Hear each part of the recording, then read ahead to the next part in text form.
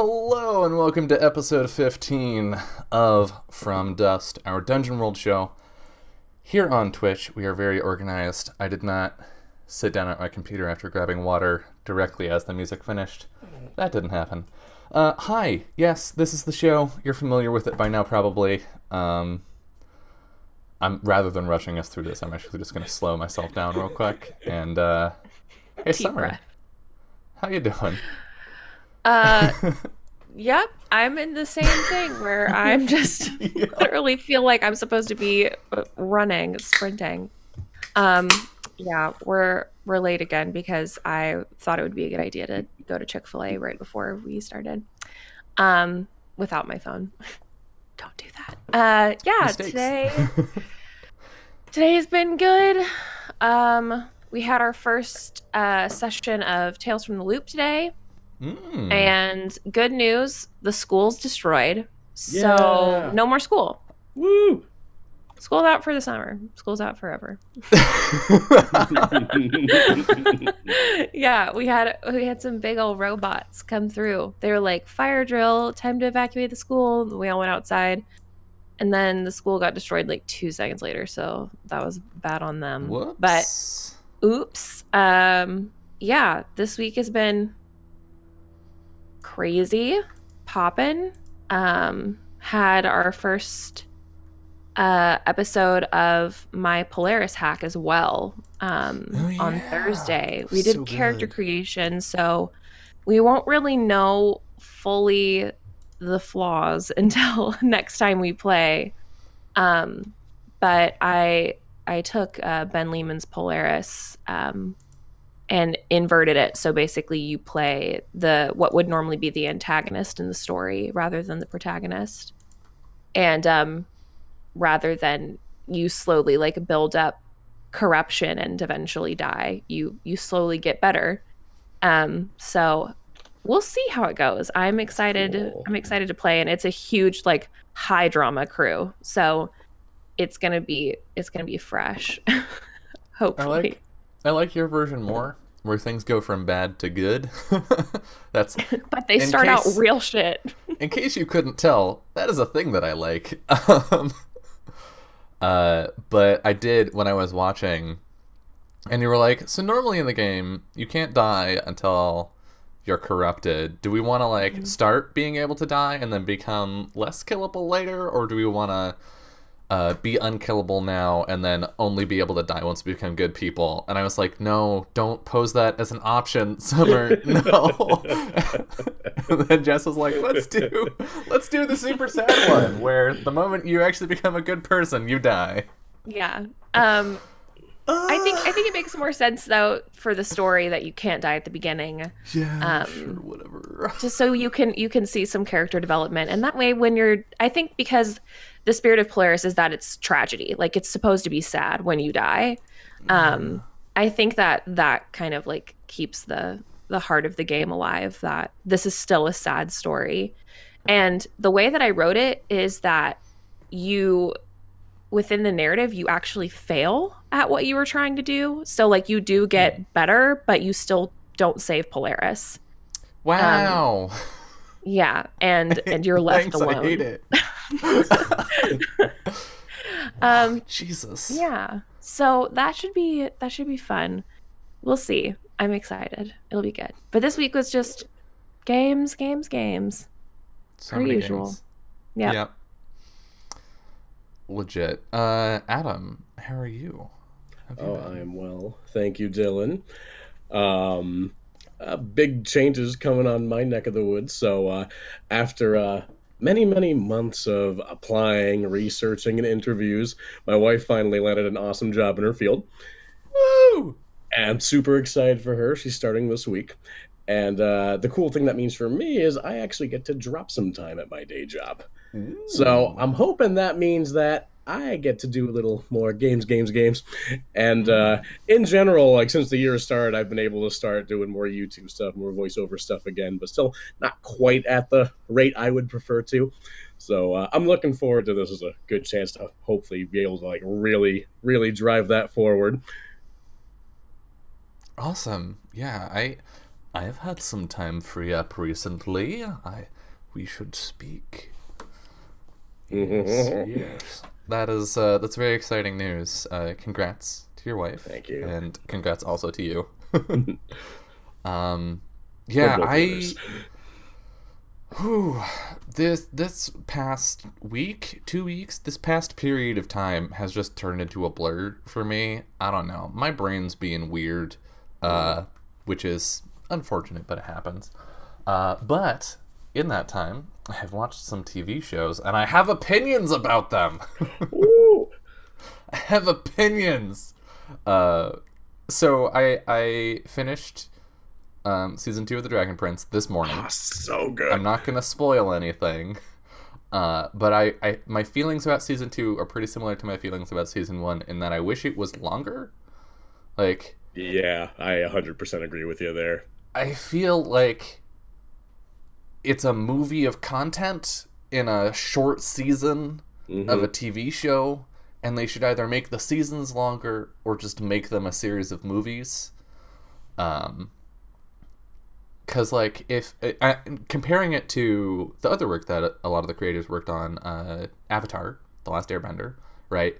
Each episode of Avatar was its own encapsulated story, generally, and, like, occasionally you get short runs of continuity, and there was an overall arc. But in general, each episode was a specific adventure.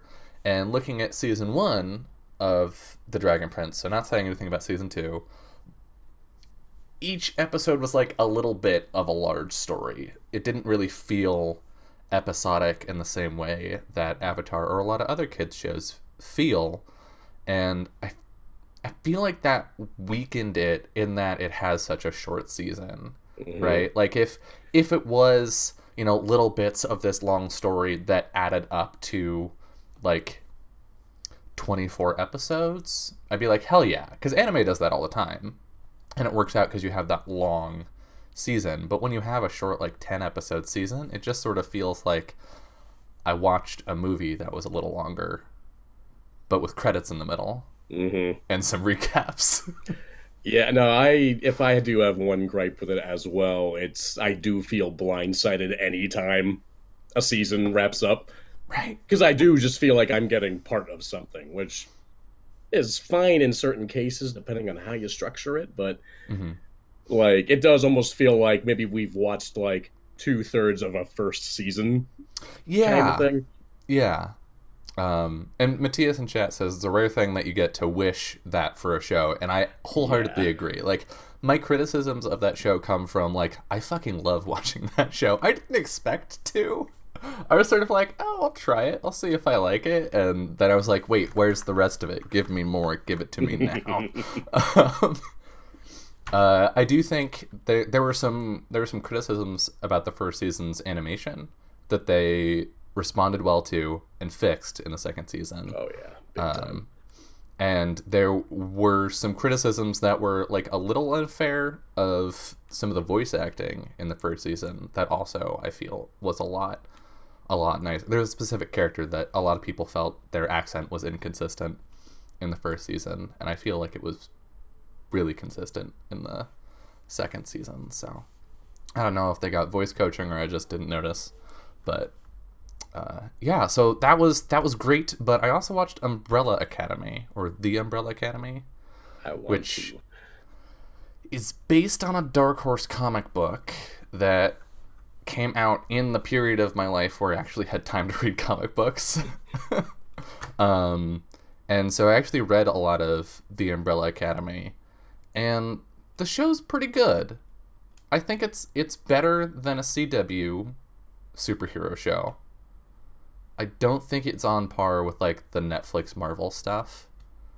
And I feel like a lot of the decisions that were made in adapting it from the comic book to a TV show feel like they're trying to recapture the Daredevil hit sauce, like the magic ingredients that made Daredevil such a good first Marvel show on Netflix. And now that, Disney is pulling all their stuff from Netflix, I feel like Umbrella Academy was sort of Netflix being like, how can we still do that with a different property? And I think that hurt it a little bit Because Umbrella Academy is a really weird comic book. Most Dark Horse comics are kind of weird, to be honest. But especially Umbrella Academy, like, their butler's a monkey. Like, he's a talking monkey. And that's fine. And they like, when they leaned into the weirdness in the show, it was really good. It was like, fuck yeah, you did it. But there were a couple parts where I was like, you took this character that was weird and made them angsty instead of just weird. And it didn't quite land. And my one nitpick that I'm going to allow myself is Luther, in the comic book, has a giant fucking gorilla body. He's a giant space gorilla. And it's awesome. And in the TV show, he's a really buff dude. And, like, there's plot stuff about it, and I don't want to spoil anything. And like, it's discussed in the show. But in the comic book, literally, the first issue, you pick it up and you're like, this guy's a fucking gorilla. And in the show, they're like trying to be all coy about it. And I'm like, no, just make him a gorilla. That's my one nitpick that I'm allowing myself. But I liked it. It was interesting seeing Ellen Page in a TV show, because I so much think of her as like big movie star person. And I think Netflix is trying to do that more, where they're like, because TV shows aren't the subordinate medium to movies. It's not like you have the good stories in movies and then the okay stories show up in television. Like, no, they're non-equivalent media that are good at telling certain types of stories. I think it's cool as Netflix gets more money and sort of clout, I guess, that they're trying to pull in bigger names, more accomplished actors for their stuff.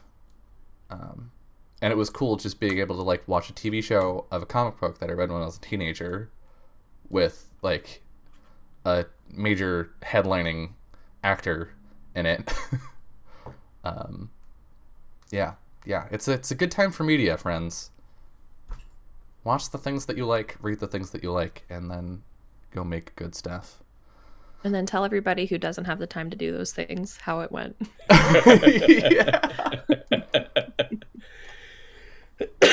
Please. Yeah, that's what my 2 weeks was like. That and Apex. Because of course it was. I can't stop. I can't stop myself. I don't know, because time is a blur. I don't know if I started this before a previous episode of From Dust or after, but I'm sort of half working on an Apocalypse World hack. That's an Apex Legends hack of Apocalypse World. I've heard you say it, but I don't know when or where. I know I tweeted about it. I think I mentioned it on a stream. Yeah, somewhere. but I just don't remember if it was which one. Ryutama or if it was Alas or if it was where we talked about it. But I know you've said it. Or for the Queen, maybe?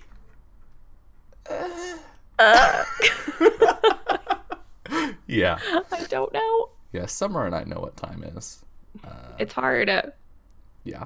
But yeah, because like the shootouts and firefights that you get in Apocalypse World are so high energy and so charged, and it's so easy to just carry that momentum through action to action. And that's a lot of what playing Apex feels like to me, is like you're in this area, there are an unknown quantity of enemies, and you're rolling from fight to fight, trying to like desperately stay alive and like heal up and get good positioning. And like that experience I think translates really well to Apocalypse World. And I've been kicking around this idea for probably like a year and a half now of a battle royale tabletop role-playing game. Like, how do you do the BR experience in an RPG? Because like BR is very much a time-based game design, because you're racing against a clock that like actively kills you and moves you closer to people. Whereas like role-playing games don't do time stress very well. I've found. Like, there are some exceptions, but in general, because it's not a time-based... there's no console, there's no game or computer or anything that's enforcing the time pressure, so you can just choose to take your time with it. But Powered by the Apocalypse games do a whole lot of when your players give you an opportunity, poke them with a stick. Don't let their lives be boring. And so I feel like that might be a good fit. I saw, I think Acquisitions Incorporated did a live show at some convention where they did D&D Battle Royale, where they like actually had a map up on a screen and the players could hand cash to the DM to get better loot. And that's sort of what kicked off that idea for me. Is like, because it was all comedy. It was just like Battle Royale. Yes, we're fighting teams of people in D&D. Hee hee. But I was like, but what if you could actually just make it really stressful and stick people in it and be like, go survive. So I've been playing with that. My struggle, and I tweeted about this a little bit, my struggle is that I want to make the whole game, right? I want to be like, because you can't just, like, okay, you could make a game that was just Battle Royale and just the, like, on the map, fighting other teams gameplay. You totally could, but I like a particular type of role-playing, and that's campaign play. I like playing a story out over time, and that would be really dissatisfying to try and do all in, like, a map against other teams. Like, it's hard to fit an arcing narrative into that. Just ask the Hunger Games. Note that most of the series does not take place during the Hunger Games. So I want to make a game where, like, yes, you can have the Battle Royale gameplay, but also, like, explore what is it like to be sort of a sports star in a blood sport. Like, what does it mean to, like, try and secure sponsorship, or survive game to game, in an uncertain political landscape. And so my instinct is to be like, okay, so build out the entire structure of the game and then try it out. But really what I should be doing, and I keep having to, like, kick myself and remind myself, is like, figure out the one part of the game and then make other bits. Like, just figure out the Battle Royale part and then work do the on the other bits. things. Because the Battle Royale part's the exciting bit, right? Like, that's the part where people will be like, fuck yeah! And then, like, you'll get done with that and they'll be like, okay, so I want to do this thing. Like, I want to go to this planet and, you know, start a company. How do I do that? And that's the point where I go, I should make something for that, rather than trying to, like, see into the future. What are people going to want to do? And then make all those structures in advance. It's a particular problem that I have with game design. And I hope I'm not alone. But fortunately, tonight we were playing a game I didn't design. That It's done for you. Yeah, Adam Coble and Sage Latora did their time and made a game, so I don't have to. Are we ready to hop into some Dungeon World? Let's hop. Let's die. Well, hopefully not. But maybe. So previously on this show, on From Dusk, there we go, our heroes came upon a large undead army that moved somewhat in unison with a hive mind. They managed to sort of skirt around the side along the mountains, coming across a single skeleton scout, taking it out, but not without alerting the army to their presence. When they just, through some heroic feat of collaboration and gathering their energy, managed to finally succeed on some rolls and book it across the ridge and into the seemingly protected forest of Elisurdran. Arrow left his friends in a glade where they would be safe, theoretically, to go scout out. Yeah, they were not. To go scout out and gather some information on the undead army. Managed to realize that they are controlled by some greater intelligence elsewhere, before returning to find that his friends weren't where he left them. As the Elves of Elisurdran have gone to great lengths to make sure that their presence there is a secret from the rest of the world. They don't take too kindly to outsiders, and the party was captured by some elves from Arrow's old home. Arrow, knowing the forest like the back of his hand, and having taken some time away, growing stronger, honing his skills, and then coming back, was able to stay in tune with the forest and find his way to the elves that captured his friends, meet up with them, and convince them to take him and his friends back to the city of Elisurdran, and hopefully convince the person in charge that he could keep his friends, that he could have a sleepover. The leader of the elves, who was the speaker for the forest, I believe was her title, Mien, or Mien, rather, which I've been mispronouncing and misspelling for about 2 weeks. Great. Mien. I'm just looking at your I didn't character sheet notice. summary.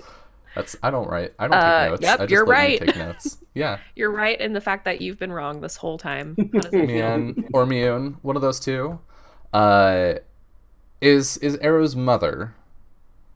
Thanks. She spoke with Arrow for a short time and was not swayed, saying that she had no son, that her son had left and not returned.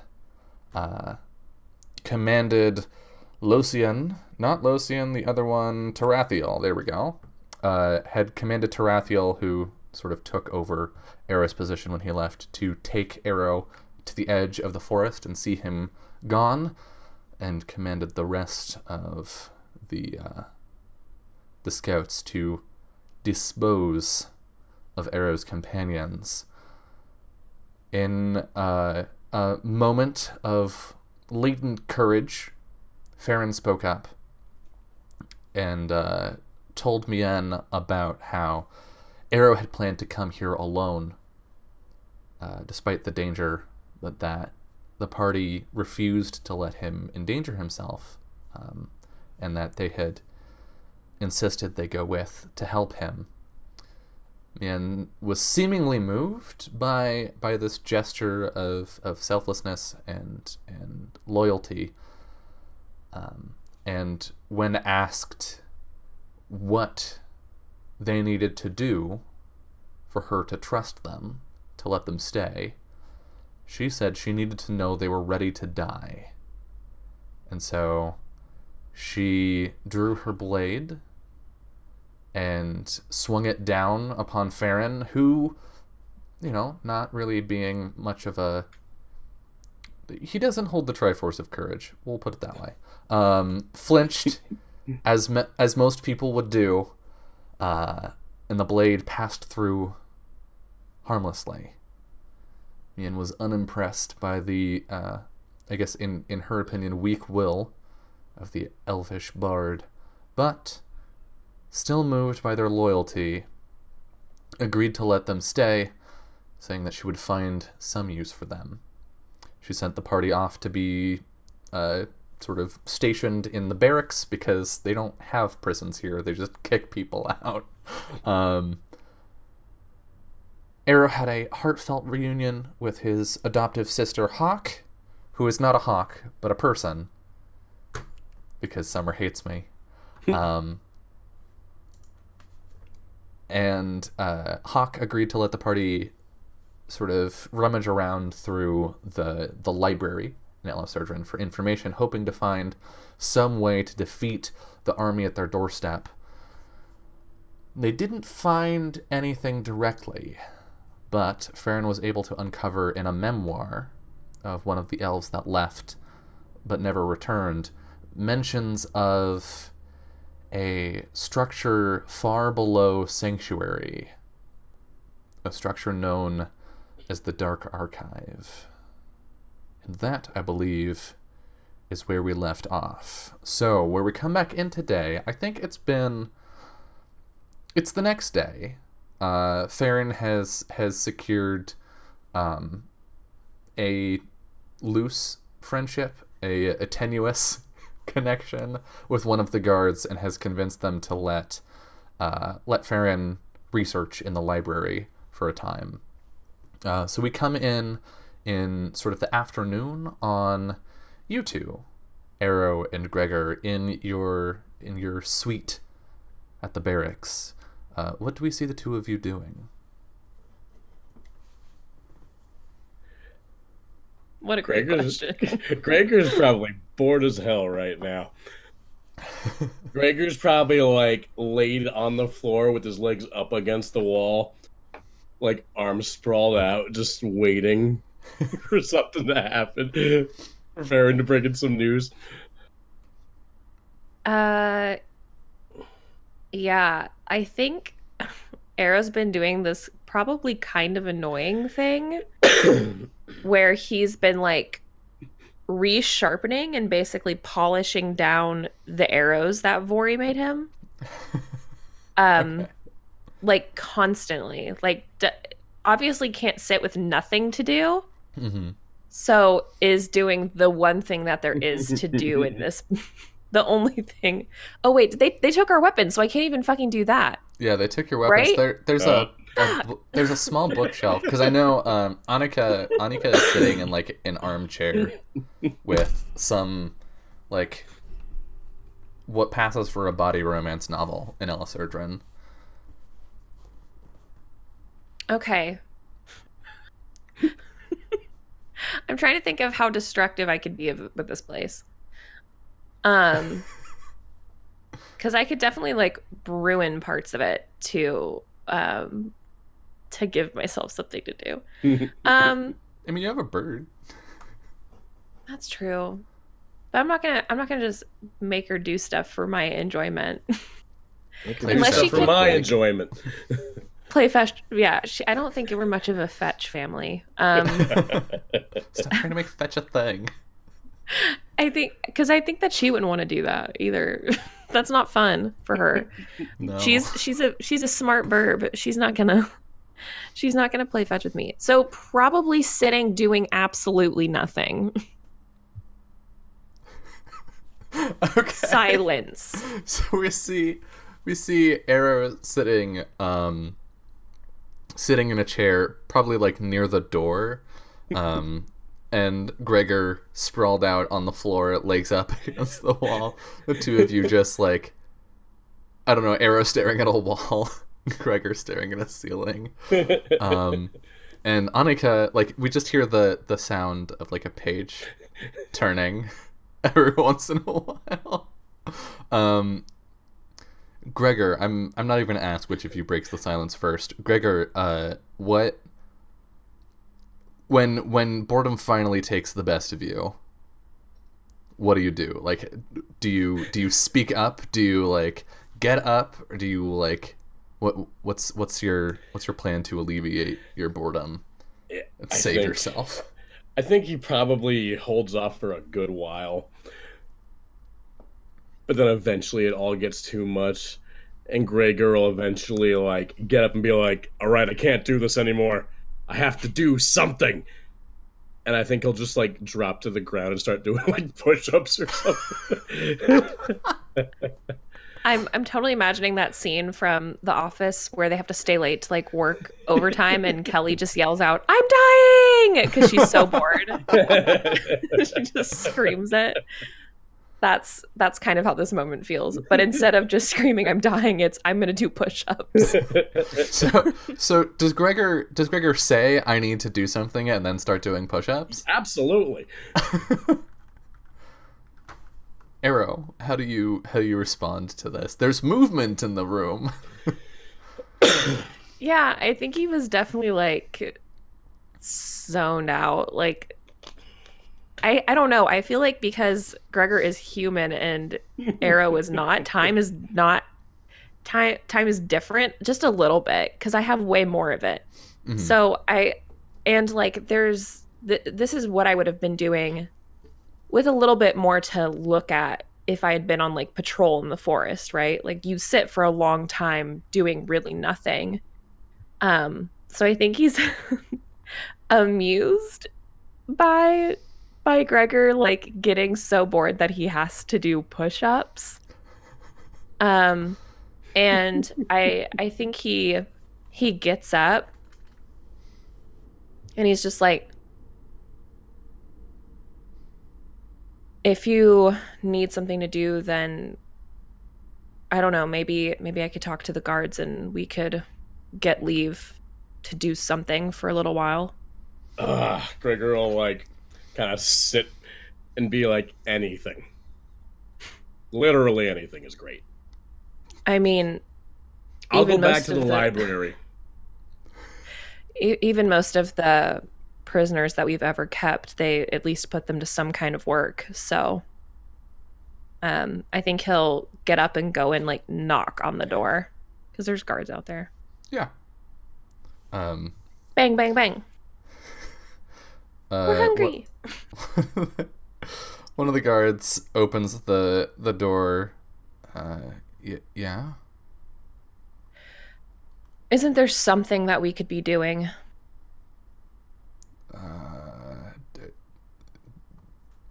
I don't know. He like looks past you at Annika, who just like rolls her eyes at him. I mean, at least for the betterment of the city. Give us something to do. Well, I guess. 1 second. He closes the door. Yeah, no, I know. Yeah. No, I guess they're bored. I don't know. They're probably bored too. Poor Training doesn't. Yeah, no, I understand. Yeah, no, Do they want to hang out? I know this isn't our job. Yes, look, you're talking to the wrong guy here. No, seriously, okay, but what are we gonna do about them? Are you sure? Okay, I'll ask. The door opens. If you need to move about, we could take you to the training grounds, and you could get some exercise, I guess. Gregor doesn't even like let him finish. He's just like, great. Yeah, you he'll like open up the door to walk you, and you see the same guard from the other day, her arms crossed, scowling at both of you as you walk out. Right this way. I guess you know already. Right. Okay. Yeah. He just starts leading you off. Yeah. Yeah, I think that Arrow's very familiar with like all the training grounds in this whole area, so Yeah. he walks not even really needing to be led. But Gregor wouldn't have ever seen it before. No. The guard doesn't address Gregor a whole lot. He seems kind of distracted, I guess, by you, Arrow, and mostly just talks to you.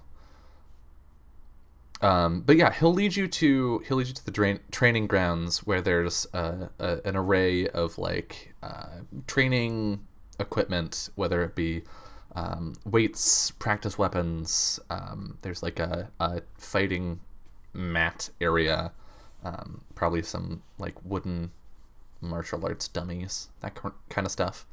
What do you gravitate to, Gregor, as you see this space? This is probably the most organized fighting space you've ever seen. Like there was there was probably like a training area when you were with the bandits, I assume. But that certainly wasn't well maintained or organized.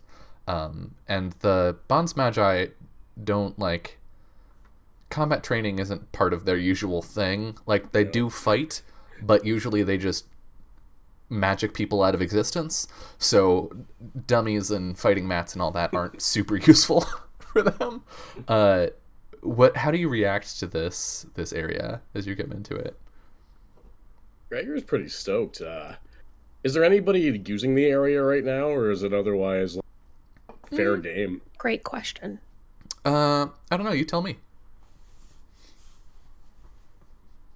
I think I'd love it if there were some elves there. All right, Just so yeah. Gregor was a giant elephant. Like brand new recruits would be dope.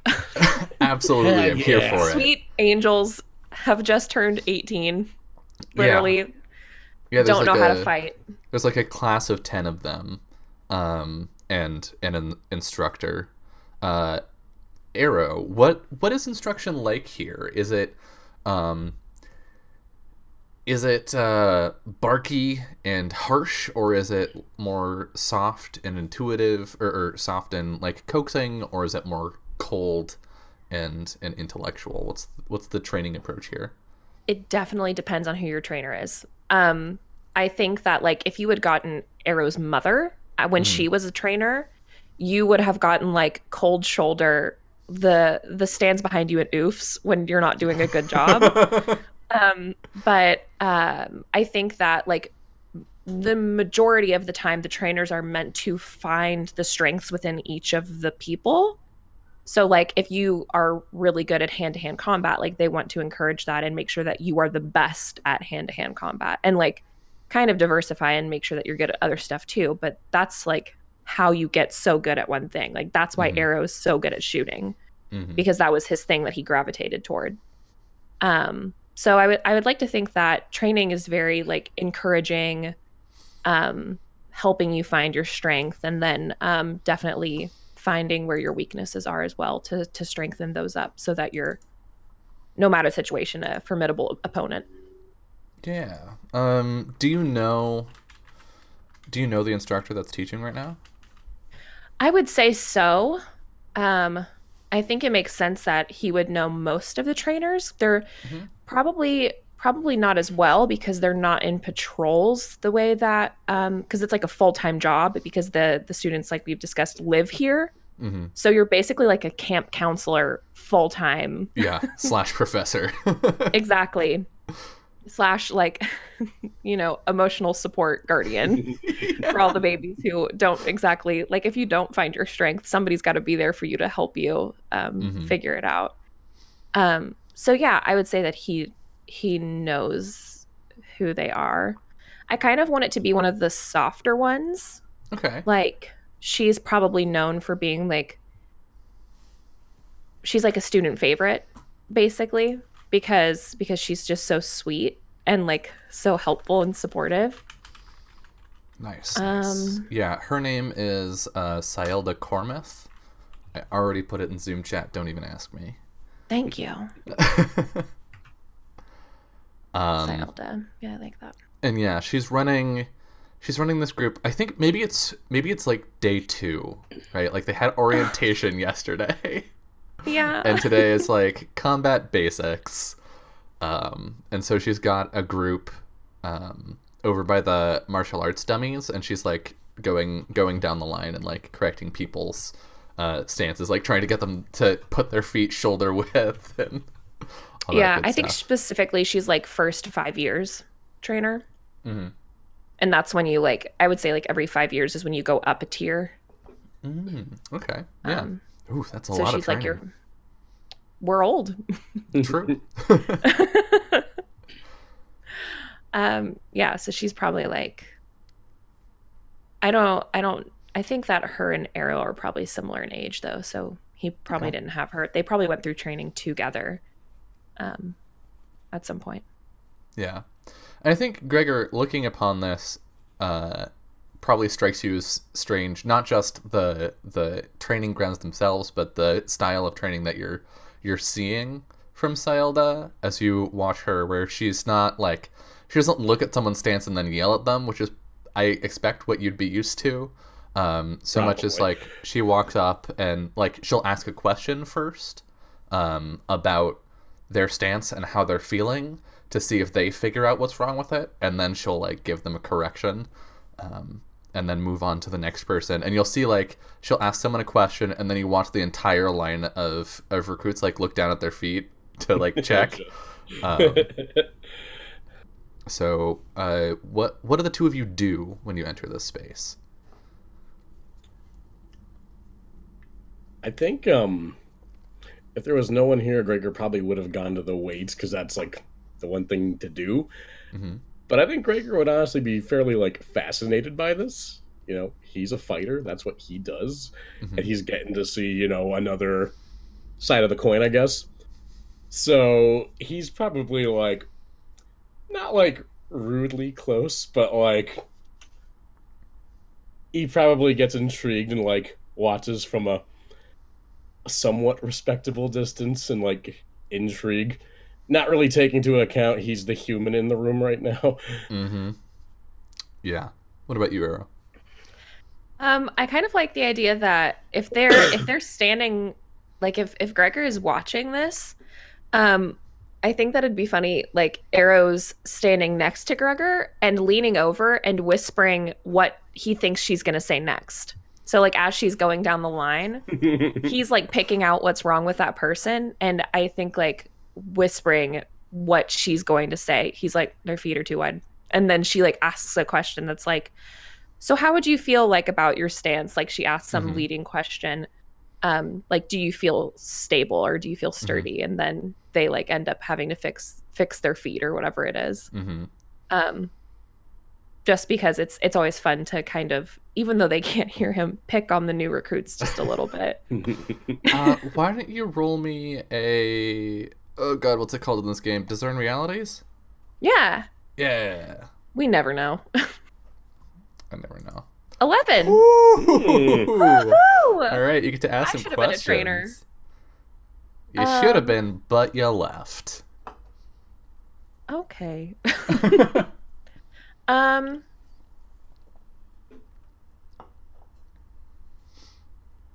Who's really in control here? Who's really in control? What are you trying to learn with that question? What's your intent behind that? I guess the big question is, are we being watched? Like, is Sayelda the one that's like really running the show, or is there somebody else? Because I imagine there's like a waiting or watching area where patrol leaders can go and start picking recruits when they need people. So I basically want to know, like, I don't know what's kind of going on here with the I think it's day 2 for this particular group, so none of the patrol leaders really care. It's too early to tell. Way too early. So I would say Sayelda, but she has noticed you enter. Okay. She knows you're here. How many do I get? 3? 3. Oh God, that's so many. What's about to happen? I'm glad you asked. What's about to happen is the door is about to open. You can hear someone walking down the hall, and their pace slowing as they reach the door. And maybe you didn't think after all this time you would recognize those footsteps and that particular gate, but you remember what it sounds like for Aliaven to approach, and she is about to walk through that door. Hide me. Okay. Oh God. What here is useful or valuable to me? Can I get out of sight? Is that possible? Not without drawing attention to yourself. Shit. Because it's a wide open room, because It's not There's like some stuff I could. There's like a rack of there's something I stuff could you find. could hide behind, But it would be there is obvious that I was hiding behind it. it would be obvious to the people already here that you were going to hide behind them. Mm-hmm. Like everyone in the room would know where you are. What's useful to you though, or valuable to you, is that your guard that brought you here is sort of you've noticed that he's distracted by you, but part of that is he doesn't know how to talk to people who aren't elves. He doesn't understand, like, there's some nationalism going on in Ellis Erdrin, and it's not like super gross, but it's there, and so he doesn't know how to interact with strangers. But more than that, you get the sense that he's taken a bit of a shining to you. Like he's got some admiration for you, Arrow, and that is something that you could exploit. And then you hear the sound of a door swinging open, and time sort of slows down. We see Arrow's eyes like turn, and then his head follow as the beautiful blonde elfish woman Aliavin walks in. She's got like a wrapped sword over one shoulder, and she begins to look around to take in the room, and makes eye contact with you. And we're at the top of an hour, so we're going to go to our first break. We're going to step away for a couple minutes, and when we come back, we're going to find out what happens when Arrow has to confront his ex. See you soon.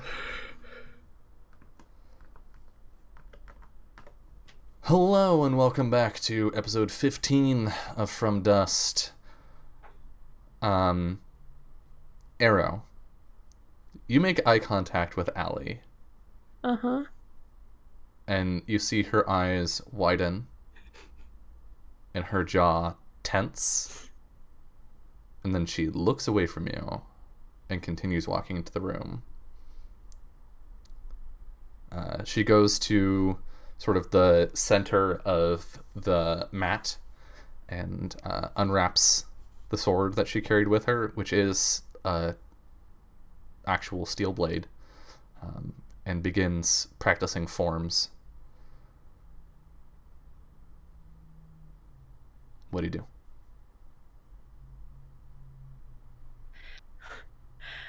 I think that when she came in and like looked at him, he started to like raise his hand to like wave at her, and then she looked away really fast and he was like, never mind. And put his hand back down. Gregor definitely saw it. Yeah. And he's like, I think he can't help it. He's like watching her for a minute before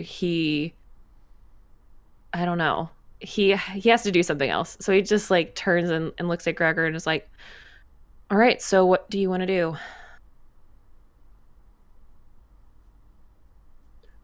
Gregor will probably like have mostly been like watching this training.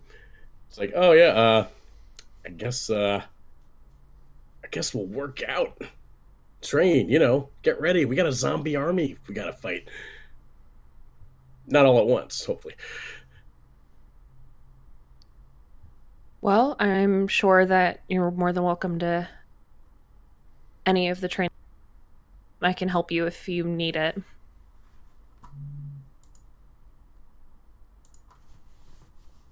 Actually, that could be fun. What do you say to like a little like sparring match, Arrow?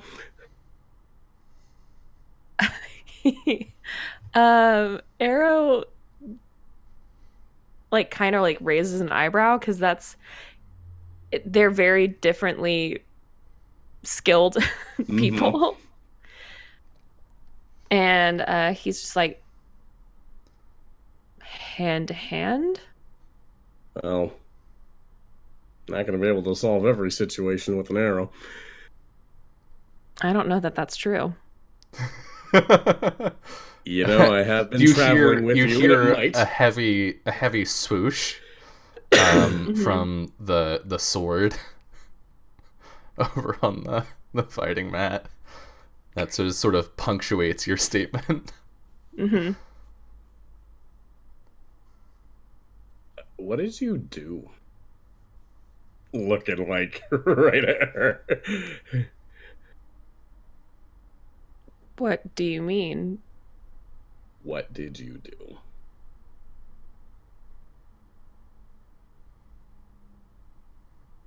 Um, he like looks over at her. I mean, technically nothing, but I think that's the problem.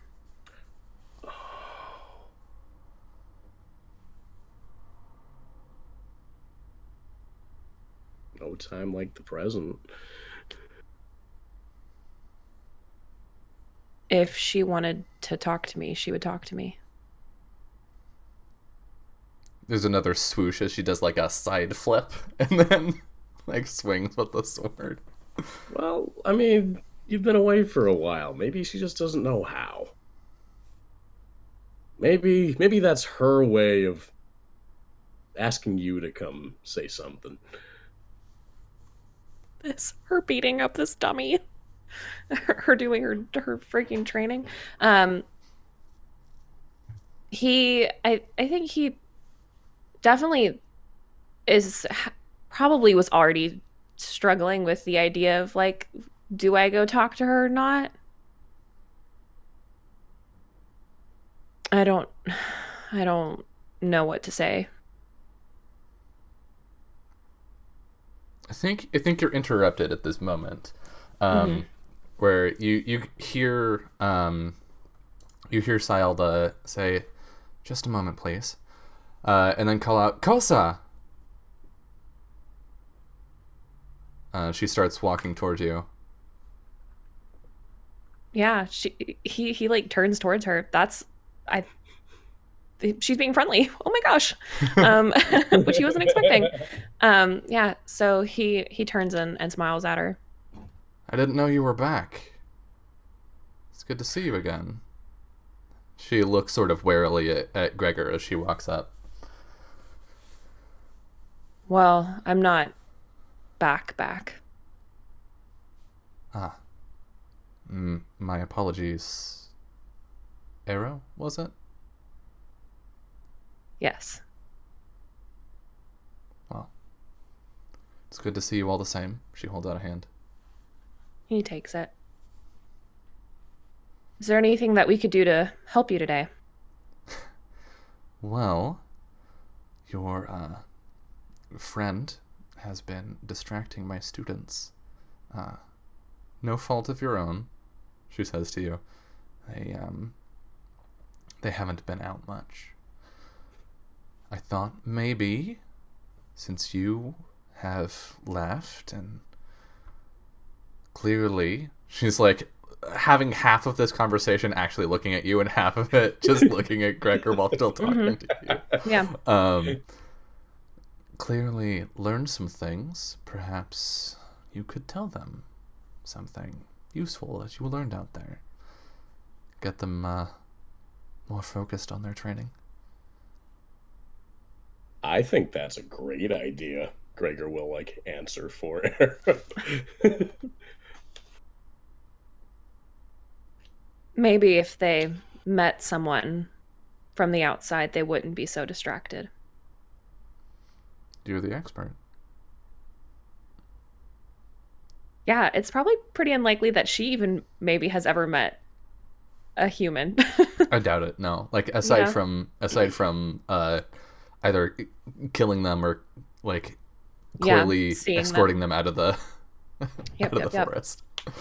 Um, yeah, he looks more formally like at Gregor and says, "Gregor, this is Syelda. She's one of the trainers here." Pleasure.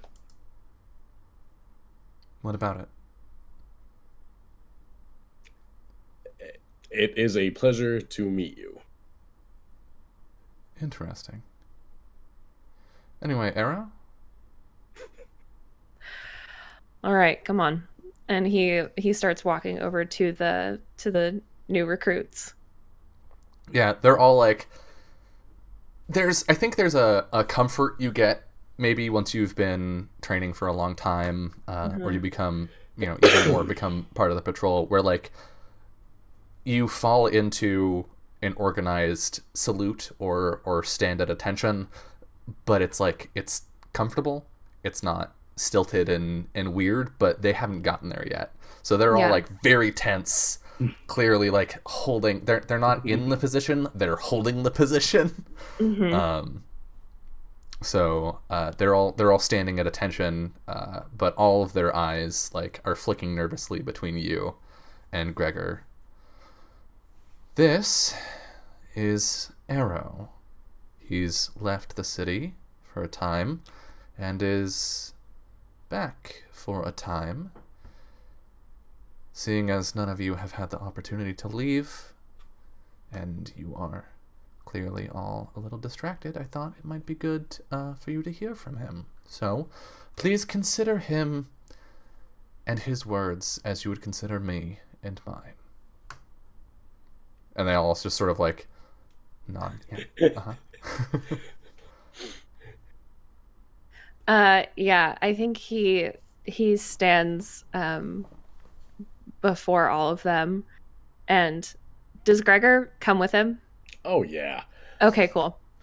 And just to sort of set the stage in our minds here, I'm envisioning like this, like martial arts dummies and whatnot, where they were training sort of along one wall, and then the like sparring mat in the middle. So it's like you at the wall, then this line of students, and then the mat past them where Allie is Great. practicing. That's not distracting at all. No, enjoy. Yeah, he looks them all over and says, like she said, I'm Arrow. It's unlikely that any of you will ever meet someone who left again.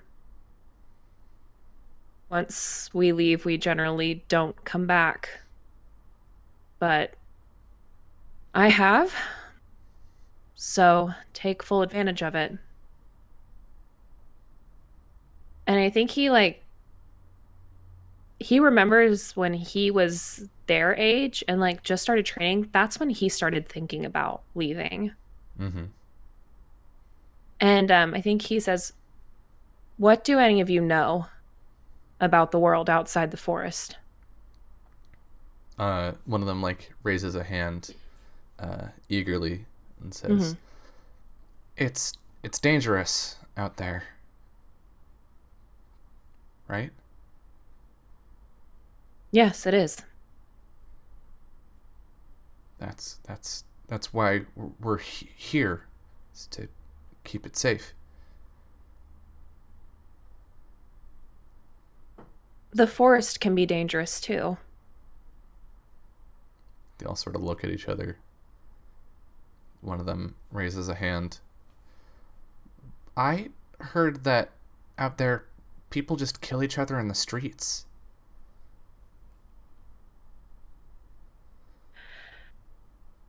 Sometimes in the bigger cities, yes, that can happen. There's some murmuring. But it's not all like that. This is Gregor.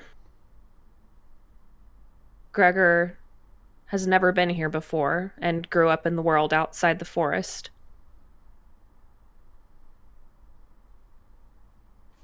Do you have any questions for him? One of them raises a hand. Do humans really eat each other? Nah. They all sort of We're like not that a couple of them like whisper back and forth. Do you really only live for 200 years? Not even. Oh, I wish. They all seem very surprised. Um, I think as you sort of like grow comfortable answering these questions and talking to these recruits, you don't notice Allie stop um, until she calls out, "I have a question."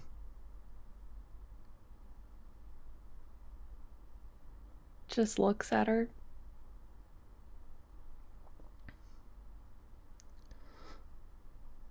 What out there calls people away so strongly that they never come back?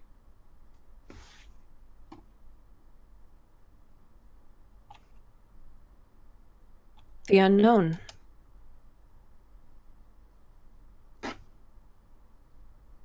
Strange. Seems like even here you can think you know someone and find out that you're wrong.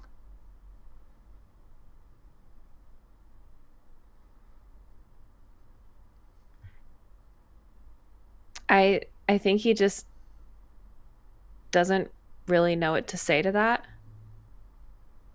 Uh, and he turns and looks at Gregor, and says, "You've got this."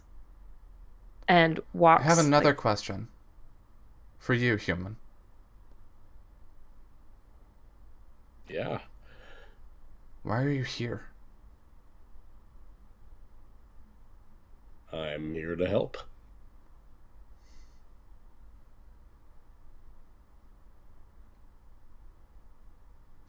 You didn't even know we were here. At least you shouldn't have. She's walking off the mat now. Yeah, I may have gotten lost a little while back. And how do you plan Arrow, on helping? Did you bring your nations with you? Your armies? I don't have any armies. But I do have some friends in high places that I think might be useful for your current problem. Well, for our sakes, I suppose I hope you're right. She looks at Arrow again, then walks back out onto the training mat to pick up the cloth that her sword was wrapped in. What do you do? "Yep, he's going over there." Okay.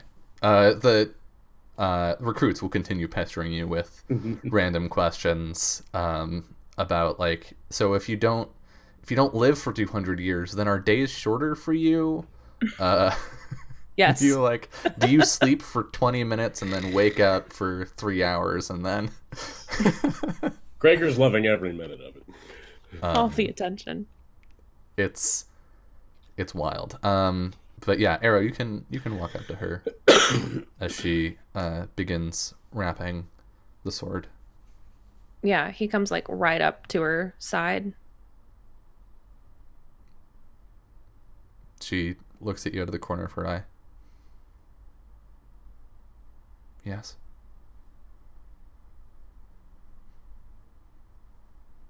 "I thought maybe we could talk."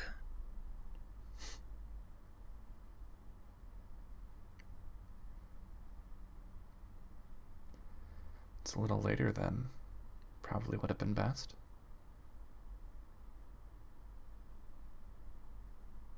Don't you think? Better than never.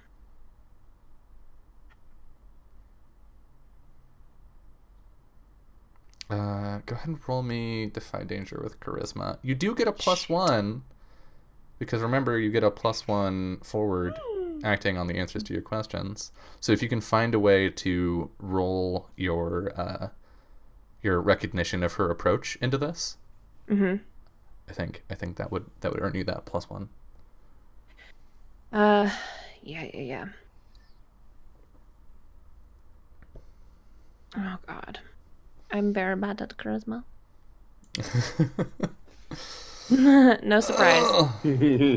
That would be a 7 If you with a can tell me +1. how you're rolling in that that knowledge. Um, it gave him time to think about it. So you've just been like practicing, like Yeah. writing a sentence and then being like Yes. nope, and then rewriting, and then okay. And I mean, he still has dirt, but Yeah, I'll take it. okay. So that puts you at a 7. So you flinch, hesitate, or falter. I'm going to offer you a worse outcome, or I don't remember what the things are. It's not, or like a hard bargain or something. Mm-hmm.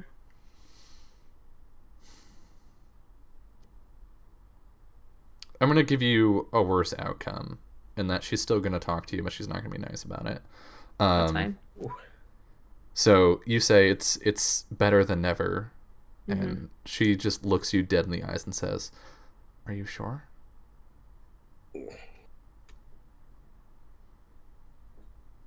Yes. Well then, lead the way.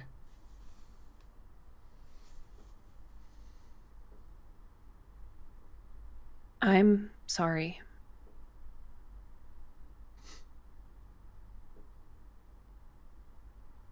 And I know that it doesn't fix anything. I don't.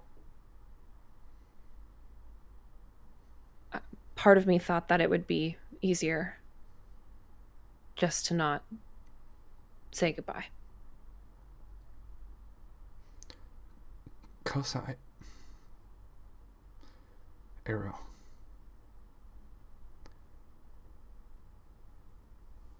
I thought we were building something. Together.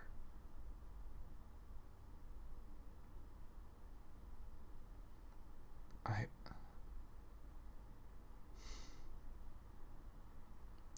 thought I meant something to you. But when you left, you didn't even say goodbye. What was I supposed to think?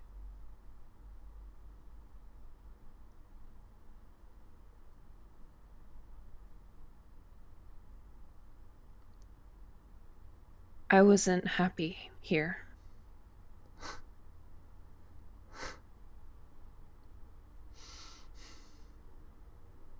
That's not your fault.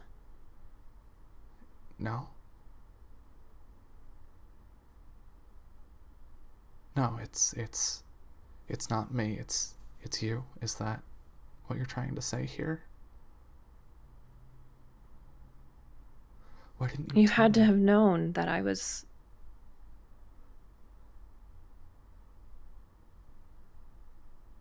that this was a possibility. Arrow, I would have gone with you. Never come back here?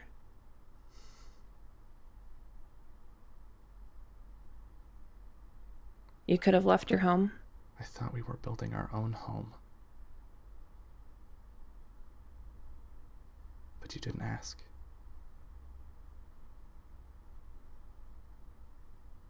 You didn't even ask.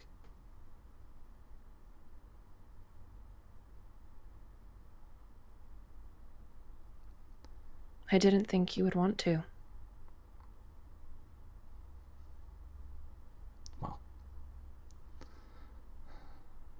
I hope whatever you've learned out there is worth it.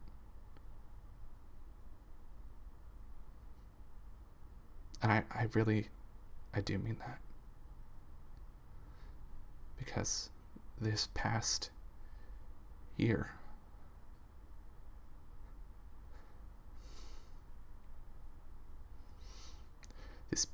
has been the longest of my life. And to see you come back here with him, with the others, like nothing happened.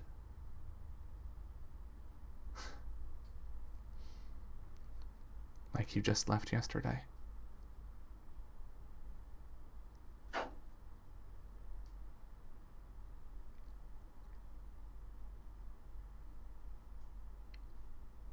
It isn't fair.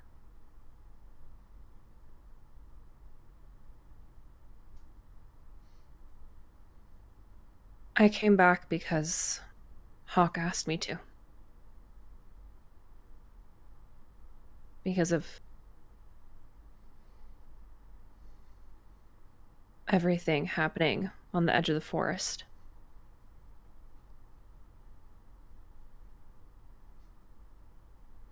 But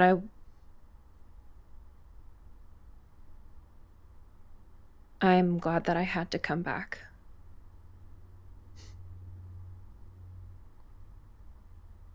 Well, I'm not. I would rather have stayed here wondering than for you to come back and confirm everything I suspected. You didn't care, Arrow. You didn't care enough to think, to ask me. Instead, you made a decision. You decided what I wanted.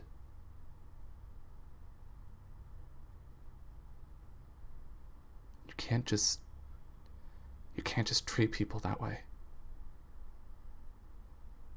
You need to give them room to decide for themselves.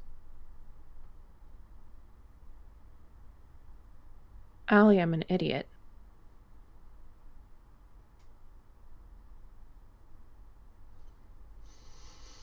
I'm sorry.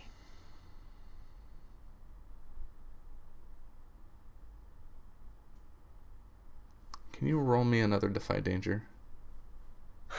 Yeah, with charisma. Yeah. Fuck. 10. Yeah.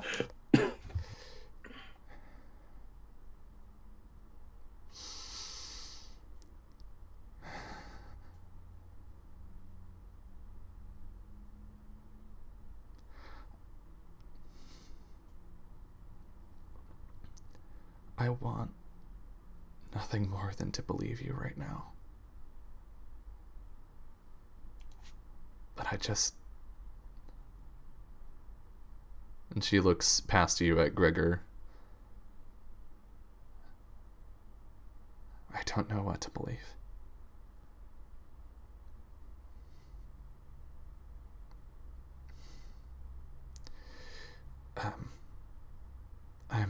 I'm done here.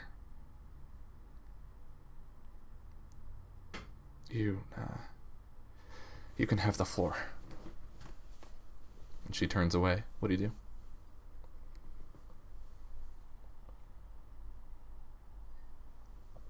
I think he lets her go. All right. She walks to the door and opens it. You see the guard who's still standing by the door sort of looks at her and then at you, and then back. She says something to him, and you see him like immediately stop looking at her and just sort of like stare into the middle distance, and then she steps out. And I know I'm not supposed to roll dice in this game, but I'm gonna roll a die to make a decision for myself. Okay. Dylan. She, I know it's against the rules. She steps out through the door, and then stops for just a moment, like she hesitates, and then she closes the door. Oh. And you're left on the sparring mat, alone. What do you do? Stand there for a hot second and then turn around and go back over to the recruits. Okay. Is there anything else you wanna do here before you head back or are escorted back to your rooms? Punch Or something. actually, yeah, I think after a time, Gregor, you start getting questions about your training. Like, Hmm. are you a soldier? No. Are you a mercenary? Kind of. Are you like where did you learn how to fight? Were you in the army? Which army? Um, and eventually, Sayelda will be like, okay, that's too many questions, and you're asking the wrong ones. Gregor, Arrow, I have only been privy to the training that I received here, and that is what these recruits have to look forward to. But as the world changes, she looks at Arrow, it becomes more and more likely that they will need to know how things are done outside the forest. Would the two of you mind giving a demonstration? Arrow nods and looks over at Gregor.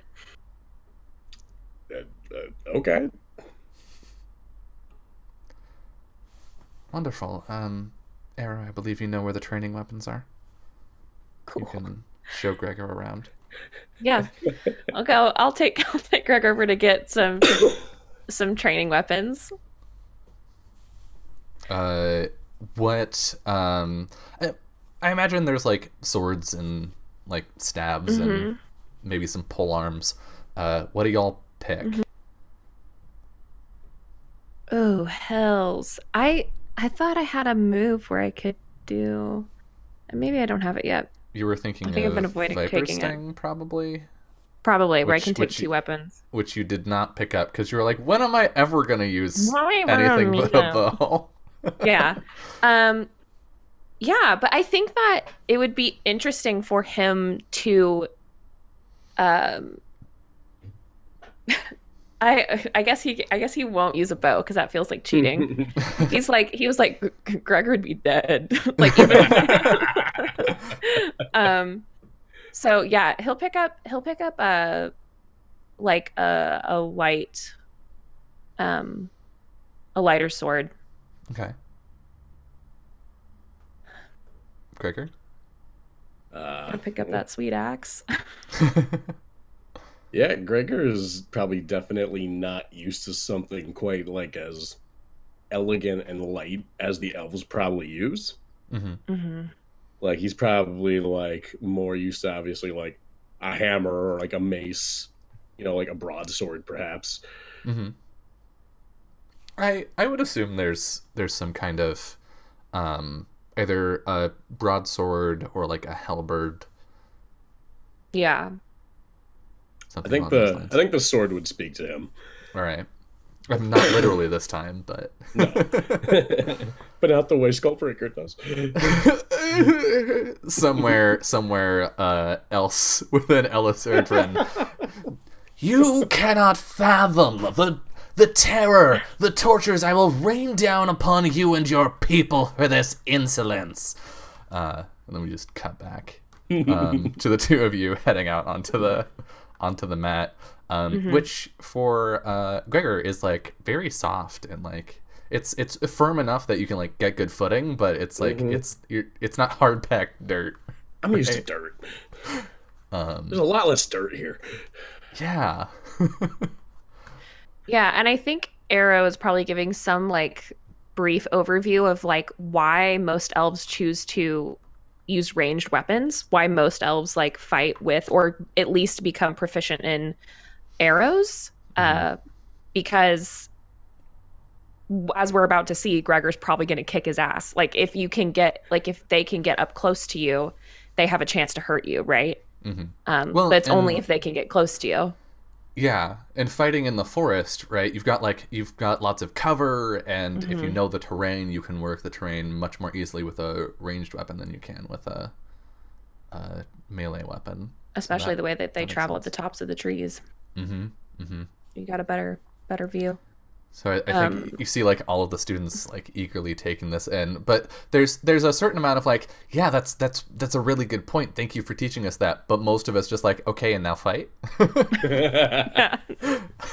Yeah.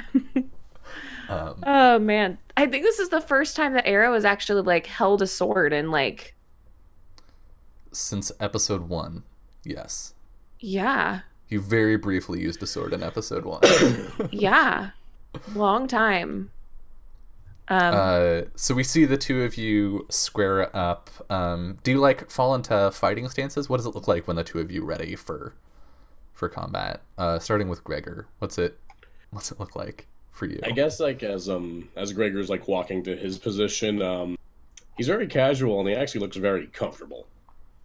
Like he's kind of like rotating his arms. He kind of like swings a bit, gets the feel, and then like very, like he belongs here. Just kind of relaxes into a stance and kind of looks to Arrow to tell him when he's ready. Yeah, I think Arrow's like doing the exact opposite intentionally to be like a demonstration of how you should size up opponents. Like even like the slight movements that Gregor's making, Arrow is like shifting, right? To like be at the ideal position to counter those movements. And like he's focused, he's like remembering back to his training and like the notes that he got on this kind of thing. Because like he wants to show that he wants to be like a very good role model for these kids, like if they're going to fight. And I think he just nods at Gregor whenever Gregor seems ready to go. Is Arrow ambidextrous? It would kind of make sense that he was, right? So do you like counter which hand you're holding your sword in to accommodate for Gregor's stance? Yeah, I mean, he like, as we'll probably see eventually when I no doubt level up, he can fight with two weapons, so it makes sense that he would match Gregor. Nice. And so Gregor, I think you're used to fighting people that are right-handed because that's the norm. And so it maybe throws you off a little bit to see Arrow switch to a left-handed grip. And which one of you makes the first move? Arrow's all waiting. He'll wait as long as it takes.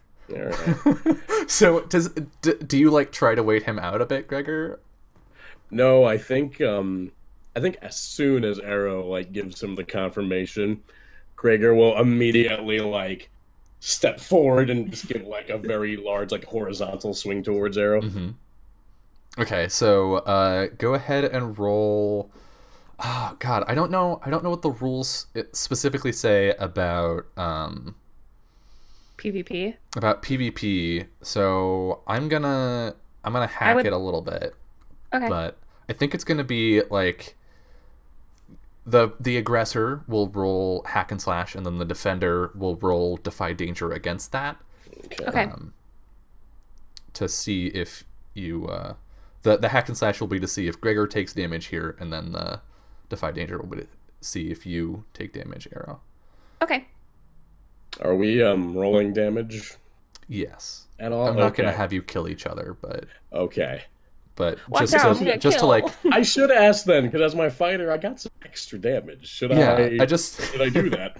Just to measure He's not trying how to kill long Arrow.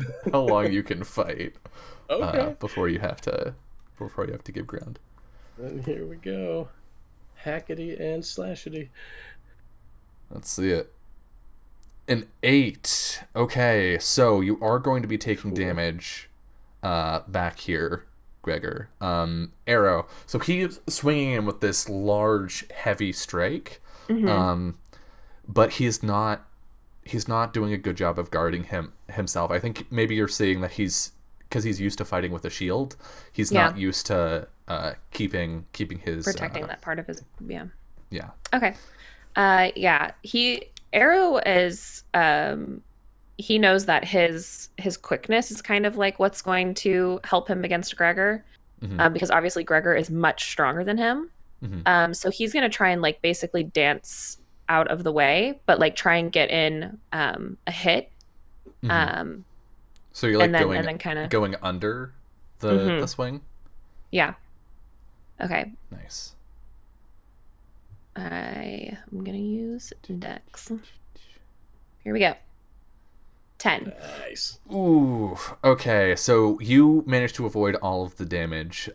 You can just roll directly under the strike and come up into like Grigor's midriff, and strike with the wooden sword. Go ahead and roll your damage. Okay. 6. 6. Okay. Oof. You feel that one pretty hard, All right. Gregor, as arrow just catches you directly in the stomach, pretty much, and your blow swings wide. The like tip of your wooden broadsword hits the mat and bounces back a little bit. Arrow, how do you counterattack? Yeah, because he managed to roll under him, I think he's gonna try and like knock Gregor in the back, to throw him. I don't think he's like hitting him with his weapon. He's gonna try and get like a solid kick right to the back to like throw him off balance forward. Because that's like he's like setting himself up for a combo, right? Go ahead and roll hack and slash, and you can roll with dexterity here. Okay.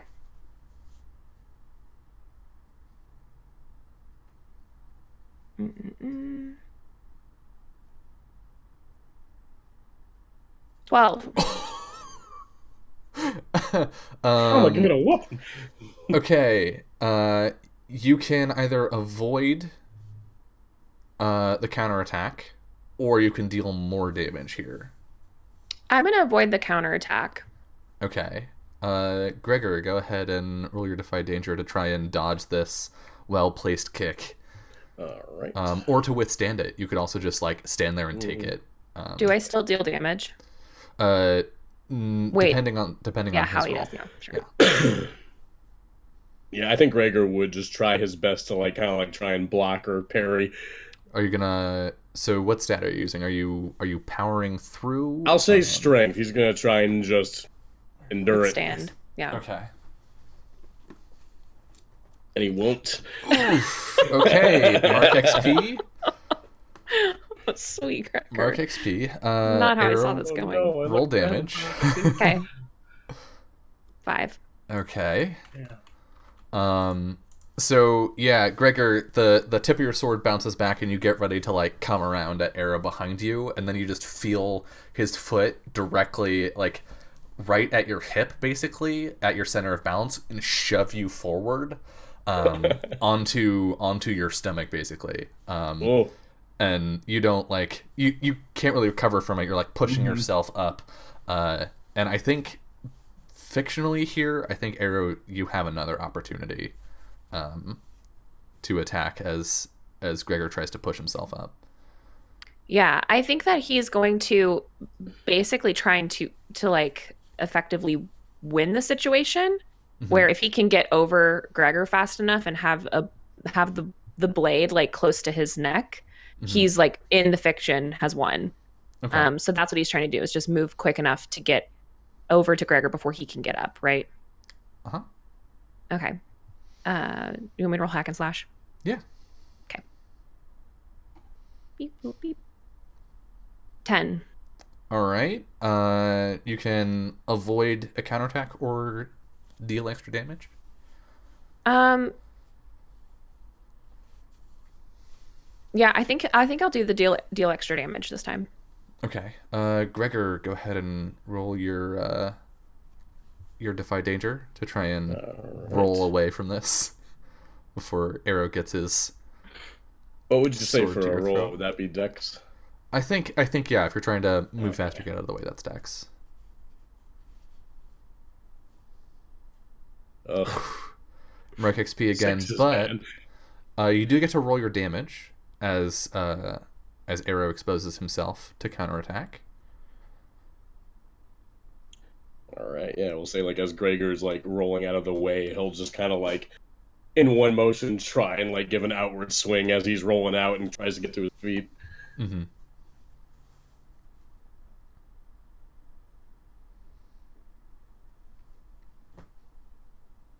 Nine. Oof. Big ouch. That's yeah. And then Arrow, you get to roll your damage plus 1d6. All right, here's the damage. 6. Plus +5. Nice. 11, bringing Oh, Gregor down gosh. to 4. So yeah, we see Gregor like swing out with this broadsword, and Arrow, you see the movement coming, and so it catches you on the shoulder a bit, but you roll under most of it, Yeah. and come out with your sword arm extended with the point directly at Gregor's jugular. Gregor, do you yield? Yeah, Gregor's just gonna kind of smile, and he's gonna drop his sword. All right. Arrow, what do you do?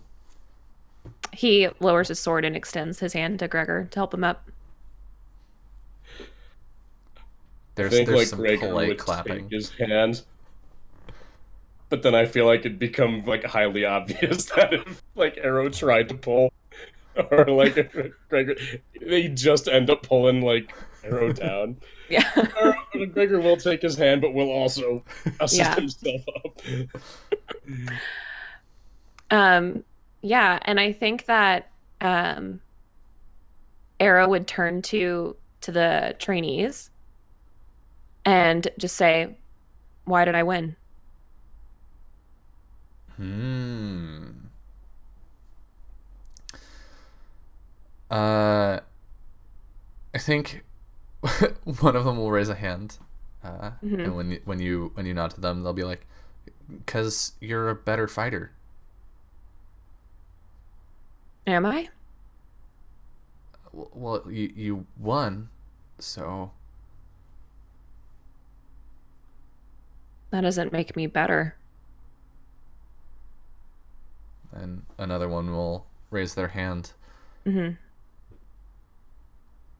because because you moved faster and got him off balance. Because you watched where he was attacking, and accounted for that instead of focusing on your own attack. Yeah, he nods a little bit and then just says, "But you know what it really was, is that I knew my opponent."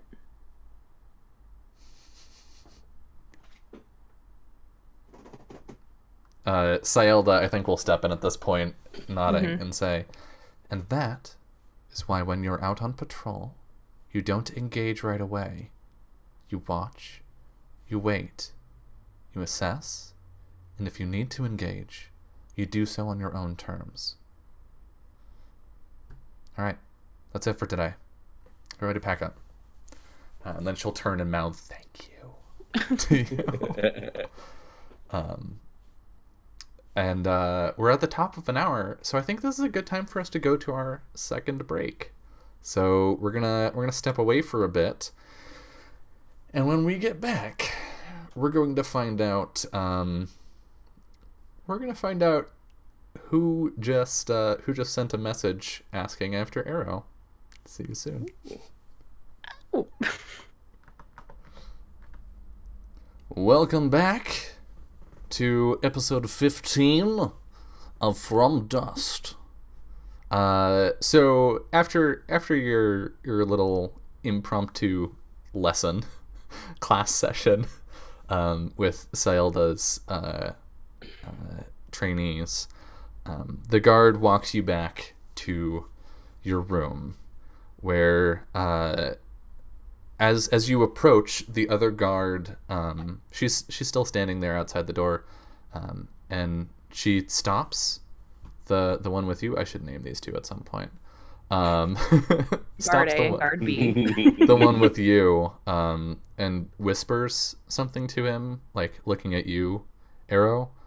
And he's, "Come on, me? Really? I just left." And she just like looks at him. "Fine. Gregor, you can stay here. Arrow, I have been instructed to take you to see the speaker for the forest." He just nods and looks at Gregor and is like, "I'll see you soon." Okay.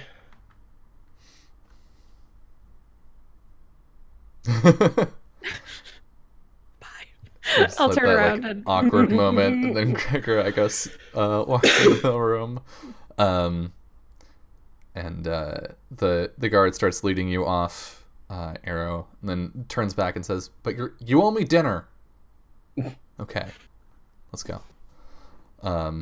Gregor, as you walk back into the room, Annika is still sitting in the same chair. She's like 2/3 of the way through this book now, and she puts it down for a moment, like leaving one hand in to keep her place.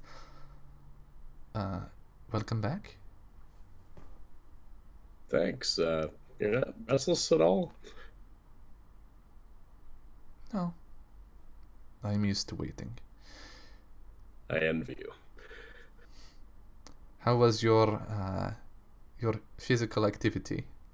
That was wonderful. I got to interact with a fascinating new culture and get beat in front of them. Oh, congratulations. Yeah, I guess. Who is the lucky beater? Oh, it was Arrow. Really? I was just telling him I was a little worried about him up close, but I think he'll be just fine. And how are you? Oh, I'm fine. Not not a little bruised? Yeah, a little bit. Honestly, that one was a lot softer than what I'm used to. Fair enough. I will say, that describes much of my experience here. You ask why I'm not restless, that is why. This is... Honestly, it's a pretty fascinating place. It's kind of a shame they keep to themselves. I don't know. Perhaps the only reason this place exists is because they do that. Yeah, maybe you're right about that, too. If this is the worst they can put us in, then they must be doing something right. Comfiest prison I've ever been put into. Likewise. I would know I was just in prison before we met you. As was I. So. Well, make yourself comfortable.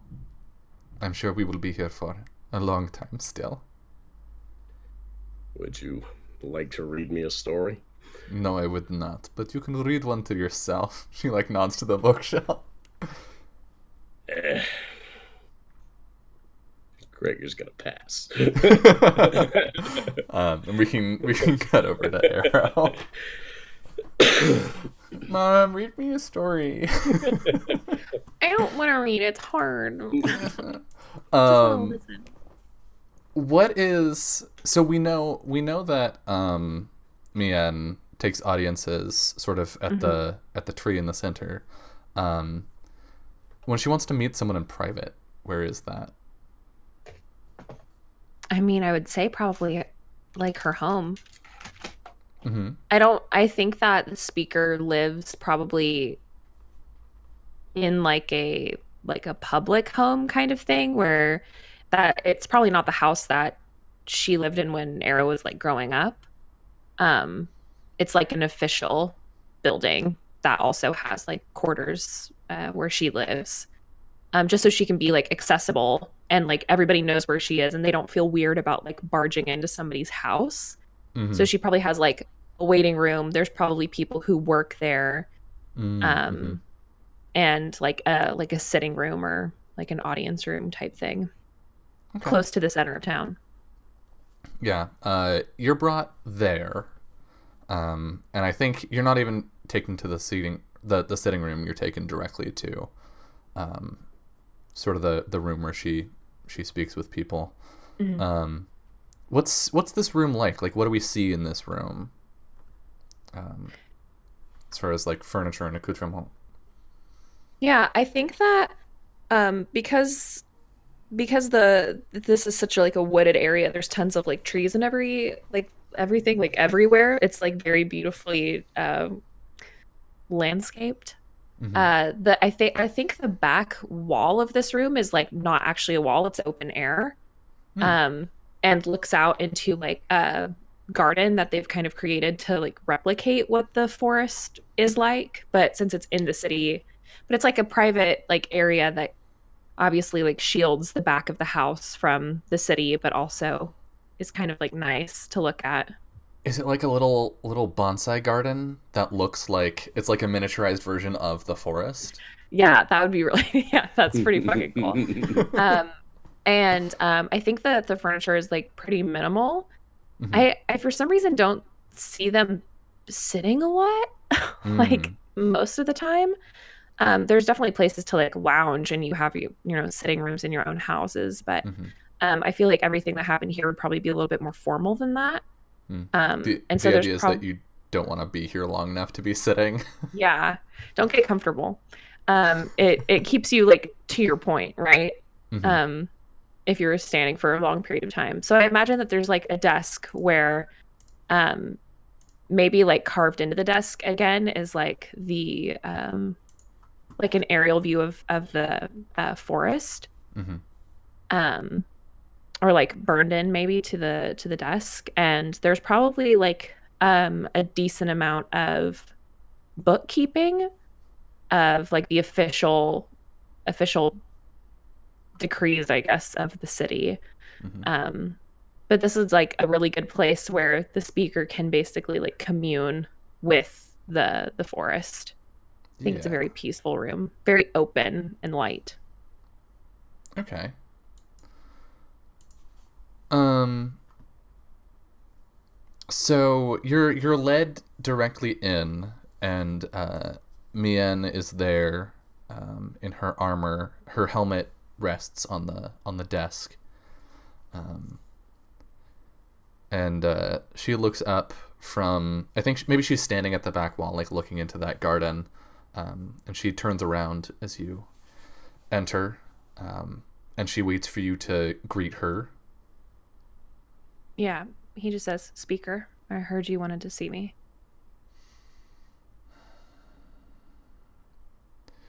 Hawk has been in to speak with me, to speak on your behalf. And you can see that she's like, I think you've seen her like this before, where she has exhausted her temper, Mm-hmm. where she's just like, she ran out of steam being angry, and now she's just a little tired. Yeah. Um,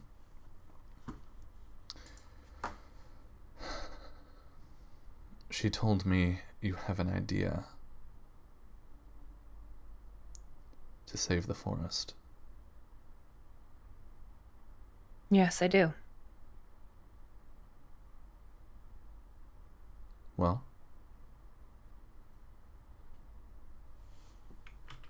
A fire.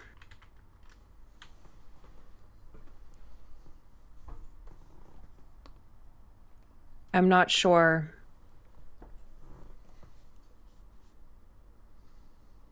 how these things operate exactly, but I did get a closer look than most, and they seem to have some kind of hive mind, something that's controlling them. But whatever that may be will keep itself protected with the swarm. So if we can diminish their numbers in any way possible, quickly, efficiently, then we might have a chance at getting to the heart of whatever's controlling them and hacking away at the forest.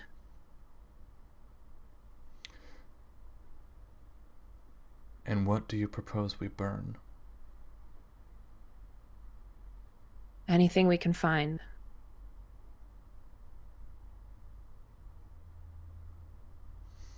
The leaves will start to fall soon. That would be a good start.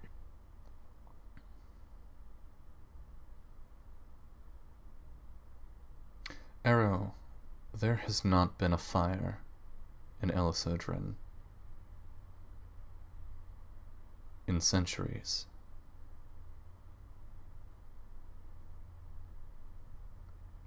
You would ask that we start one ourselves? You know as well as I do that the trees can withstand it.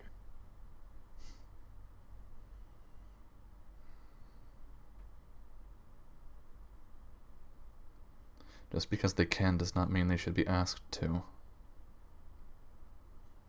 You've been gone too long. I can see it already in your eyes. In the way you choose your words. You're becoming more like them.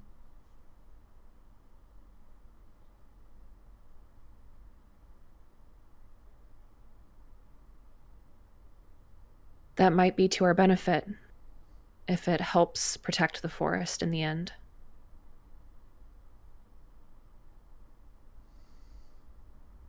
Maybe I'm becoming like them, but in the end, I'm not like them. I'm learning from them.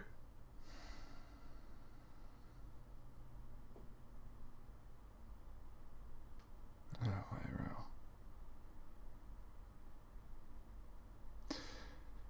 You're more like them than I think you know. And I think maybe there's like a pitcher of water off to one side. And she pours herself a cup and drinks, almost as if to just fill the space in that long pause.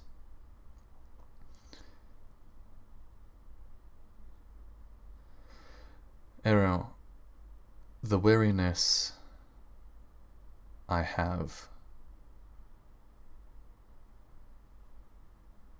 it is not naivety.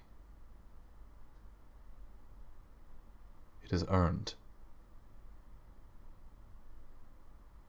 I know what the world out there is like.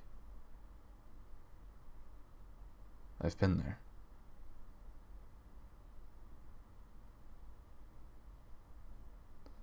Yeah, I don't think he ever would have thought that.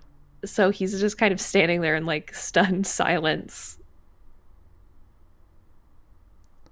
I thought, like you, that there were things to learn.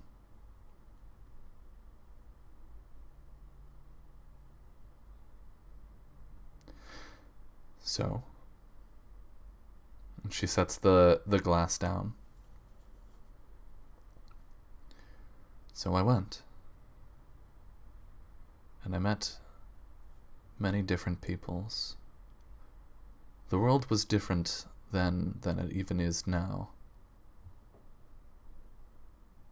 Before the Reformation, you must understand. There were nations larger than ours, many of them.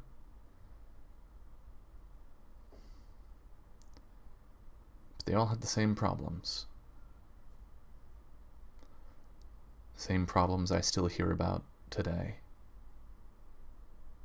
Their greed, their short-sightedness. But,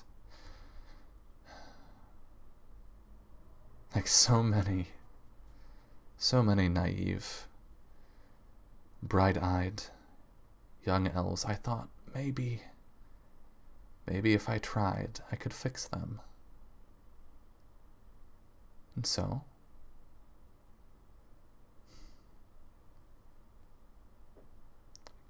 in my travels,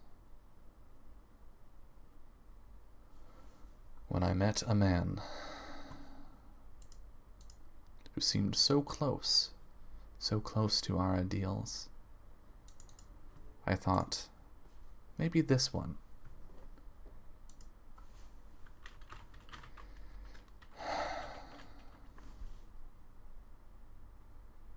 And so I brought him back. I brought him here.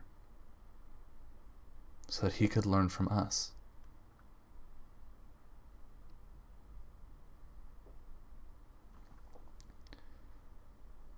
Ero, Tobias gave me two things that I value greatly.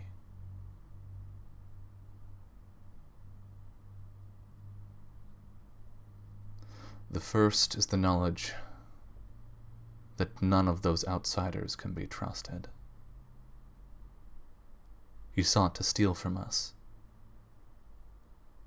and to give away our secret to the world. He sought to steal the very magic of the trees that protect us.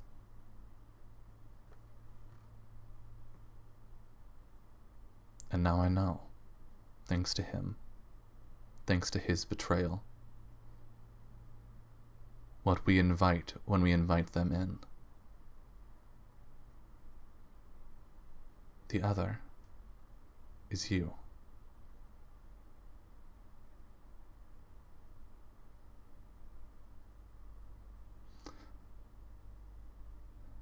I have feared for many decades that look in your eye, that hungry look, because I've seen it before. It is the same look your father had.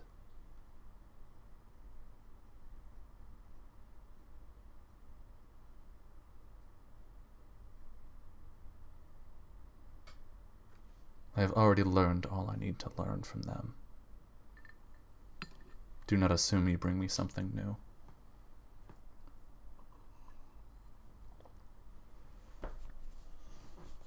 How do we see Era react to this significant news? That's kind of a lot, right?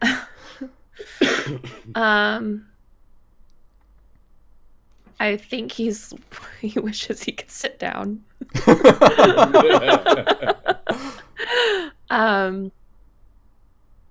Yeah, that's a lot. That's more than I think he's ever heard his mother speak about her personal life like before him. He never would have thought in a billion years that she would ever leave. And then also to hear that she brought someone here is like, that's fucking crazy. So I think like he's like in shock. He does not know what to say or what to do or how to react, or yeah, he's totally speechless. And I think he just like sits in that for a minute, trying to process or figure out like the right words, because he strangely feels like he should like apologize or comfort her somehow. Mm-hmm. But he knows that that's not what she would want. Like she doesn't want his sympathy or pity. I don't think she gives you the space to actually process all of that. I think she waits what seems like an eternity, but it's probably only like 15, 20 seconds before she says, "We cannot risk the forest when it is already under attack. I will be gathering the patrols. You and your friends will be allowed to join on the attack." That is all. That will be suicide.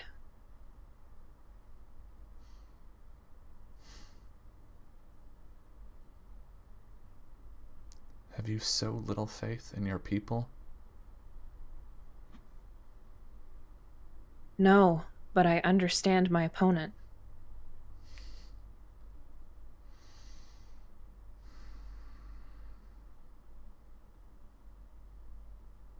They are dead. They have nothing to lose. They will keep coming.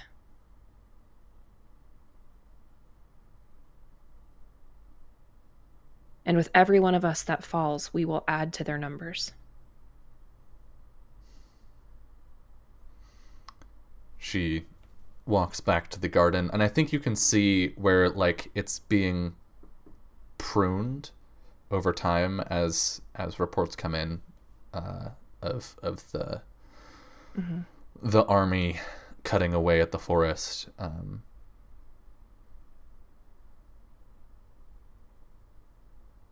You're right. They won't stop. What makes you think fire would stop them? If we wait, they grow stronger.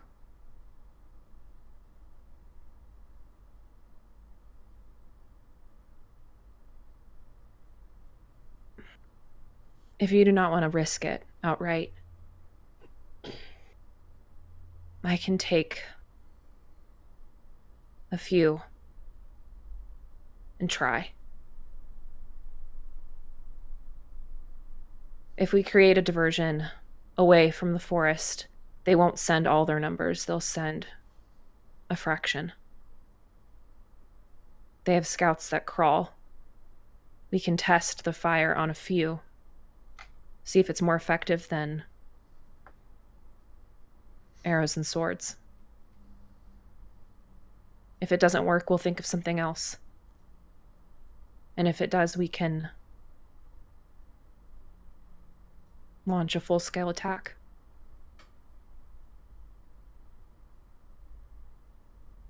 Go ahead and roll Defy Danger.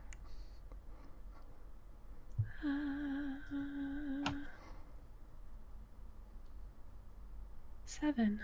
7.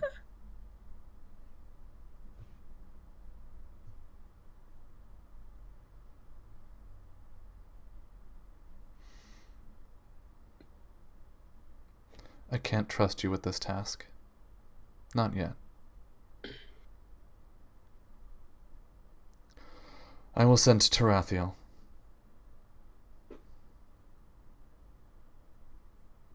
We'll see what he says. Would you send Hawk along too? She will give you unfiltered feedback. You question Tarathiel's loyalty? No, but I think he, like most, fear you in some way.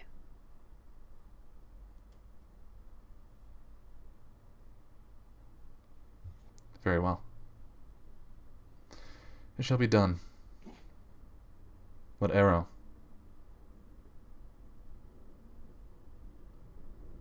Know what a boon you are being given here. Right now, you are an outsider.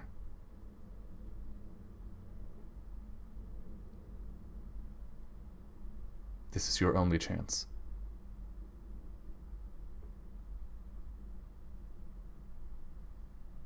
What did they say when you came back?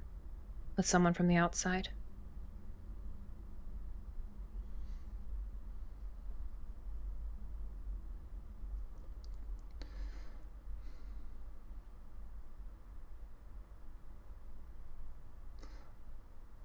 They said,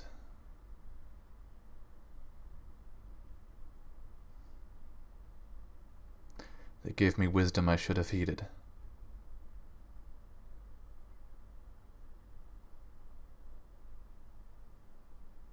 We do not bring danger here. It is the only way we survive.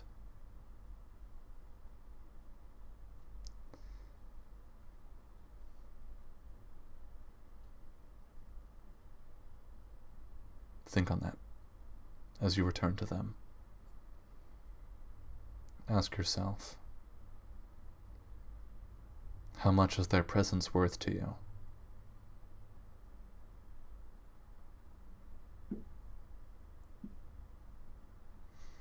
I have nothing more to say to you, and I wish to hear nothing more from you.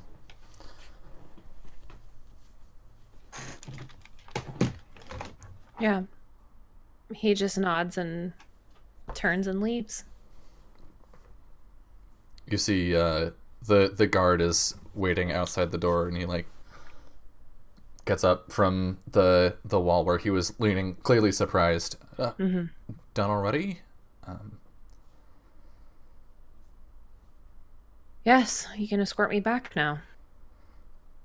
Yeah, sure. Okay. He doesn't really know what to say, so he just starts walking. You have some time as you're walking back to sort of organize your thoughts from that meeting. And I'm curious because you got several bits there. Mm-hmm. What are you prioritizing right now? Like, what is on your mind? Um, I think primarily he's thinking he's going to need to get a message to Hawk because he wants to talk to her before she goes. Hmm. Because he absolutely trusts her judgment on if this would be effective or not. Hmm. Um, I think that he also wants to talk to the speaker before his mother, who we've talked about is the man who Mm. works at the library. Yeah. I Losian, right? forget. Yeah, Losian. Um, Losiento. Oh my god, that's almost his name. I'm um, sorry. so he wants to talk to him because, like, obviously, like his mother is back. Like, Mm-hmm. she's not an outsider anymore, and like even to Mm-mm. the point where she brought danger back into the city and is now the speaker. So Yeah. she was obviously forgiven. So he wants to know if there's something more, like obviously this person was like a traitor or whatever, his father. He wants to know what happened to him. Did they let him go? Did they kill him? What the hell happened? Mm-hmm. Um Where's my dad? Where's my dad? Yeah, I don't think he think it's kind of funny because he's like very disconnected from the idea that that person she was talking about is his father. Mm-hmm. Like he obviously knows that logically, but It he hasn't doesn't think of clicked. that person. Yeah. He doesn't think of that person that way. Mm-hmm. Um and then I think like the last thing on his mind is he like wants to show her that these people will not betray them. Mm-hmm. And he knows that like this battle, like whatever happens with this horde will be the answer. Um he doesn't think by any means that'll mean them opening their gates and like letting outsiders in. He doesn't think it would ever be that way.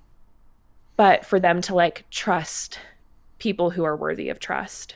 Um, yeah, there's a lot going on. Okay. But chronologically, he needs to talk to Hawk first. That's like he's prioritizing by what he needs to do. Okay. Um, yeah. So this guard will take you back to your room. What's your plan to get word to Hawk? I'll tell the guard if he likes me. I don't. Yeah, he kind of does. So he brings you, You back said to he the. does. Yeah, he does. He doesn't like having to go places all the time. But he does like you.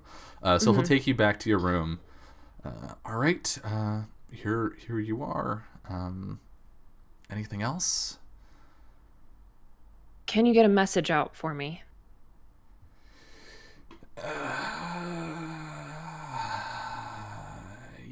Probably. Yeah. To my sister, Hawk. She was here the other day. Oh, her. Right. Yeah. I think. Do you think you could like do me a solid and oh nope okay yeah, what is it? I need to speak with her. I would go to her directly myself, but Right. Mm-hmm. Okay.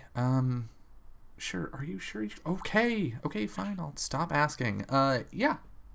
Yeah. Just why not? Right. You just stay here. I mean, where would you go? Okay. Yeah. He just walks off. he'll go he'll go inside. Thank you. Gregor, you see Arrow come back after probably like 30, 45 minutes. Are you like visibly pensive, Arrow? You're like deep in thought or Oh, pacing yeah. or I mean, is it any different from how he normally is? I think is a real question. Um, I think that he definitely seems bothered. Like, but if you heard like the briefest, like you know who he was going to see, right? mm-hmm. So I think it would make sense that regardless of what happened during that conversation, that talking with his mother after the last time would be something that would be a bit of a stressor on him. But I don't think he would be like outright with anything. Probably just goes back to the chair that he was sitting in before. Yeah. Thank God, Sits chairs. down. Woo! Take the load Um, off. I think Annika, much like she stopped to speak with Gregor when he came back. So, how did it go? As well as could be expected under the circumstances. So, should we expect to be dead tomorrow, or? No, I don't think so, not yet. That is reassuring. More waiting, though. More of this. Your favorite, Gregor. Gregor's really having the worst time here. Yeah, he's the real victim. Yeah. Well, at least we are not dead. So, no word about us getting out of here? Doing anything else? Going anywhere else? The speaker said that if they launched an attack against those things, we would be allowed to. Oh, great. So we can either die of boredom here or die being eaten. Wondrous. Oh, we don't know that they eat us yet. Ah. Good point. It would be a waste of good soldiers. No, I thank my lucky stars. Every night that I found you and came with you. Truly. Asylum has blessed us. She goes back to her book. Era looks over at Gregor. Anything interesting happening with you? No.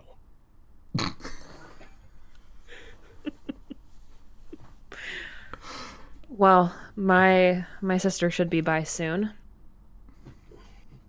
I hope.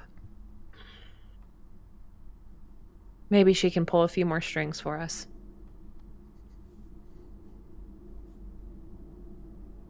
That'd be good. I'm worried, Arrow. About what? I don't think your people are prepared for this.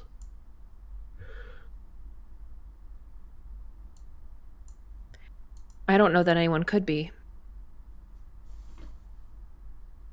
I mean, how do you prepare for something like this?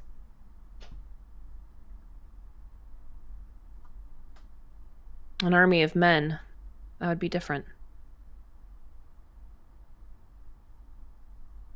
But these are men that can lose their arms and their legs and their head and keep coming.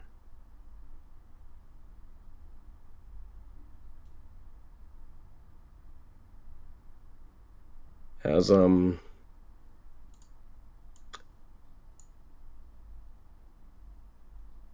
Lake ever gone anywhere cold?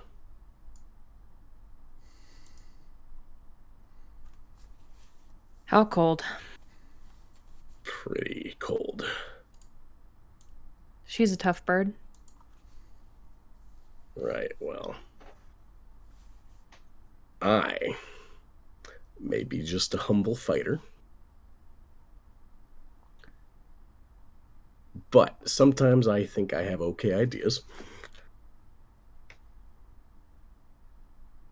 All right, what's this okay idea? Well, my father's a pretty big deal at White Spire. And he's got some connections. And I don't think that we're going to win this physically. I think we need people who really know what they're doing. And I think the Magi up there might have an idea. Even if it's just a small group, that might change things. But you do see the problem with alerting more people to the issue here. Yeah.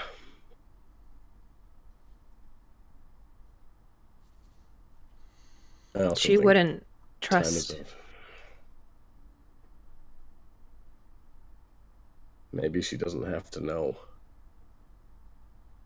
So what? Maybe They just come out of the mountains and down to our forest and take care of our problem for us? maybe. Isn't that what dads are supposed to do? I wouldn't know. Yeah, I wouldn't either, but it couldn't hurt to try. She agreed to send out a patrol to see if fire would work. If we hear back news from that and the fire is effective, then maybe having them wouldn't hurt. Maybe she could be convinced that having them wouldn't hurt. But I don't want to surprise her. I can see why. Well, Annika has been listening this entire time Yeah. and not reading. Yeah. I like Gregor's idea because it means we don't die. I think if your mother, all respect to her, cannot see how help is needed, then maybe Gregor is right. Maybe she doesn't need to. There's a knock at the door. Yeah. And Annika stops talking. Mm-hmm. The door opens. Lake walks in, hurried, sort of out of breath. I don't have long arrow. What is it? Have you talked to the speaker at all? Yes, yeah. I'm being sent out with Tarathiel and his patrol. You need to be very careful. Of course. No, I'm more careful than normal. Kosa, I understand. I called you, remember? I know. I wanted you to go because I trust you. But I don't want anything to happen to you. It won't, don't worry. You know me. Is that it? You're just worried? I'm not allowed to be worried? No, that's my job. I'm sitting in here doing nothing. What is there to be worried about? Well, you're sitting here doing nothing, and that usually spells some trouble. If we do anything stupid, you'll be the first to know. I don't doubt it. Well, I'll make sure to hurry back then, so you're not left unsupervised for too long. Here, give me a Are you hug. leaving? Are you leaving now? Yes. Yeah, he gets up and goes over and gives her a hug. Yeah, she holds you close.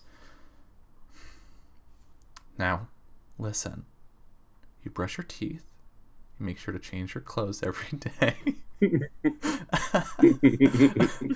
I'll be fine. So will you. I'll be back as soon as I can. Take Lake with you. Are you sure? Yes.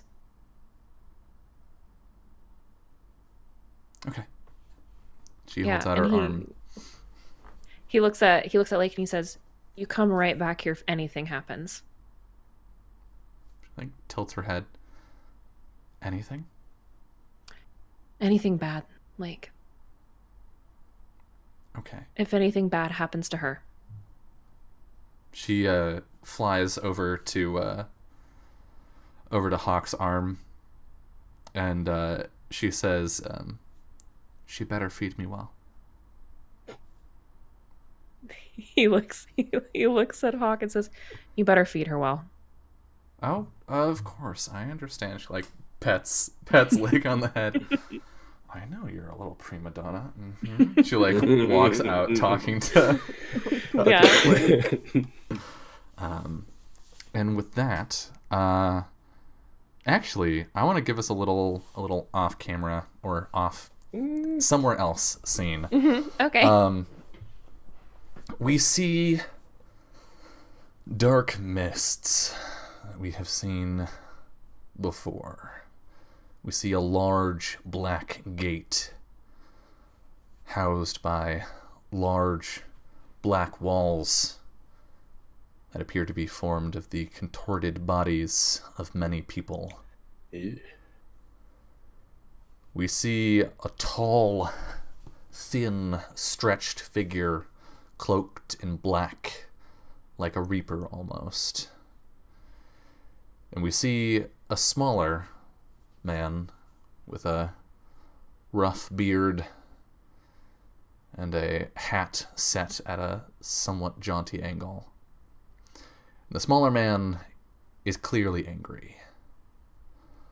Myron, we had a deal. I helped your people, and you helped me. Now, your spirits ain't supposed to be in the world no more. I brought you out of there. So what's this I'm hearing? And he points toward a young man who like clearly had like his head cut off, but his head's just sort of there still. What's this I'm hearing about there being an army of the dead? Didn't feel like mentioning that at any point. It didn't seem important. They weren't here. So why should I tell you? Myron, I'm called the Death King for a reason. Now, not knowing about the undead, that's one thing. I understand you've got a bit of a grudge, a little upset about the whole ghost thing. But what I cannot excuse is the fact that fucking one of y'all is in control of them. Now, you told me that I'd gotten all of you. Was there something you left out with that?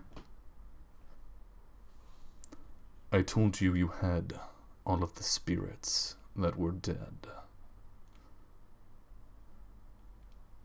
And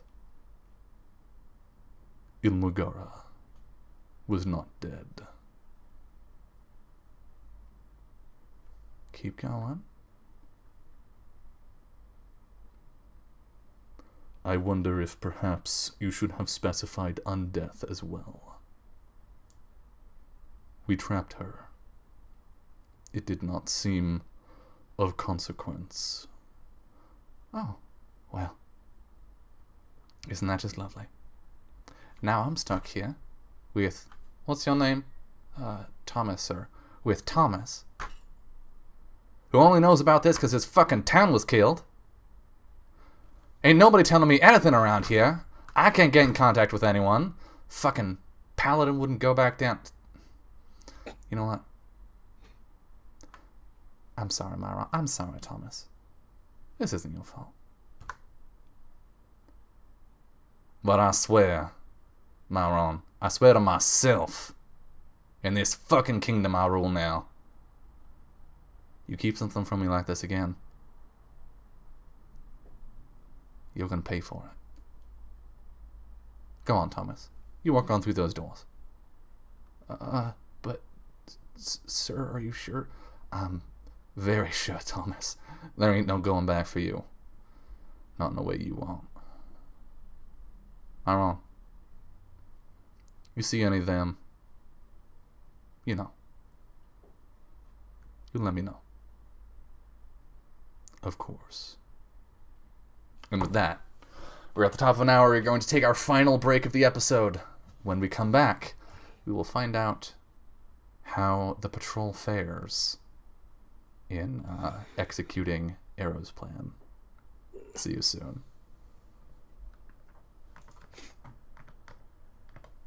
Hello and welcome back to the final hour here of episode 15 of From Dust. So, Arrow, your sister has been sent out with your hawk. Your sister hawk has been sent out with your hawk lake to You're welcome. a lake of undead. In the meantime, what would you like to do here in the city? Anything, or do you just want to wait? I mean, it depends on how much we can get away with. What would you like to get away with? And then we can find out how much you actually get away with. So I do want to dig a little deeper into what happened with my mom when she came back. If that means talking to the speaker, I think we call them the speaker for the past now. Yeah. If that means talking to him, then I would do that. If I could get an audience with him. Okay. So do you like open up the door and be like, "Hey, I wanna do this again?" So you open the door and go to be like, "Hey, I wanna go somewhere." And you see two guards that are not the guards that were here before. The guards, the shift has switched over. So do you pause for a moment, or do you just like launch straight into your request? What does this look like? I probably launch straight into it. No hesitation. I'd like to speak with the speaker for the past, if at all possible. Sure you would. That's great. One of us is already with him. It wouldn't be much trouble on your part. The two guards look at each other. Yep. All right. I'll go. Lock the door. And the other one nods and ushers you back inside, like, get in, get in. Closes the door and you hear a heavy clunk. And then after a short time, there's a knock on the door. Actually, I don't think they even knock. They just unlock the door and open it. And it's the guard that went off. He's not interested. I'm sorry?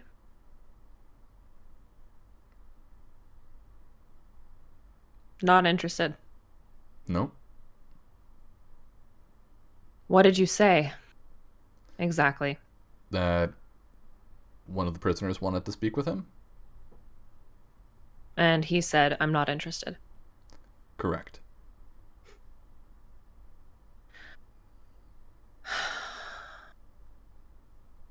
Would it be too much trouble for you to escort me there? Go ahead and roll Defy Danger, I guess. Or is this... You don't have leverage here. So yeah, Defy Danger. Okay.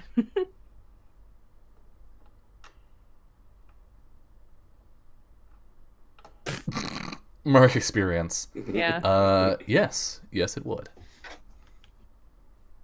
All right. Thanks so much. Sure thing. Just closes the door and locks it again. Yeah, he shakes his head and looks over at Gregor and Annika. My bird's gone. Have you considered just climbing down from the balcony? It's right there. If my mother found out that I was sneaking out and sneaking around, then I don't know. I don't need to be on her bad side any more than I already am.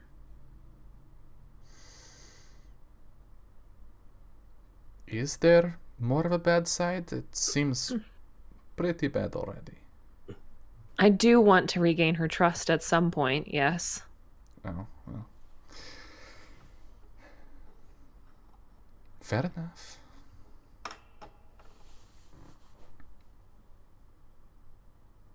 Not interested. It sounds like perhaps our guide was not very specific.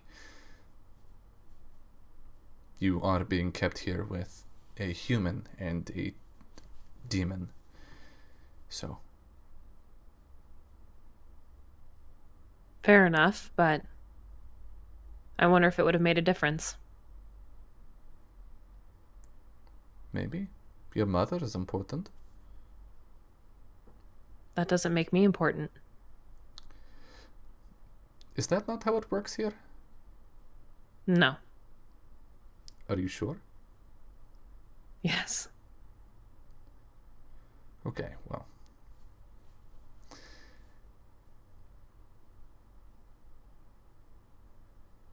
And anyway, if I did sneak out and someone came in,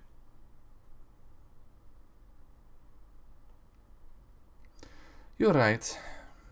She puts the book down, goes over to the door.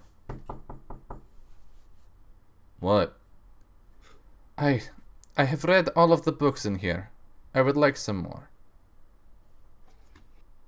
Too bad. Or perhaps I could just go to the library and get some books from there. This is for your friend, isn't it? Friendship is important. Maybe you should try it sometime.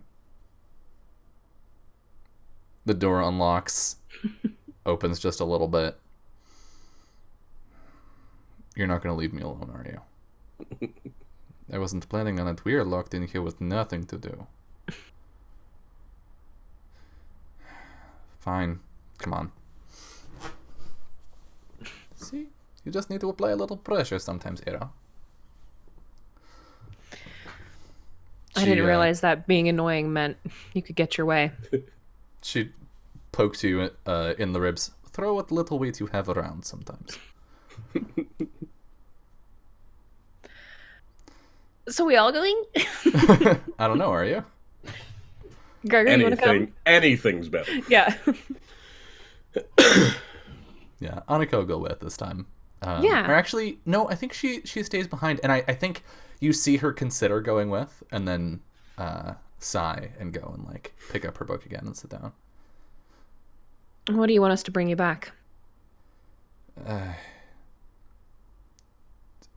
Anything, preferably with some substance. This is I do not want to insult your culture, but this is trash. He just kind of nods and turns to leave. So, being friends with a demon, what's that like? Same as being friends with anyone else. Looks at Gregor. I see now I'm asking the wrong person.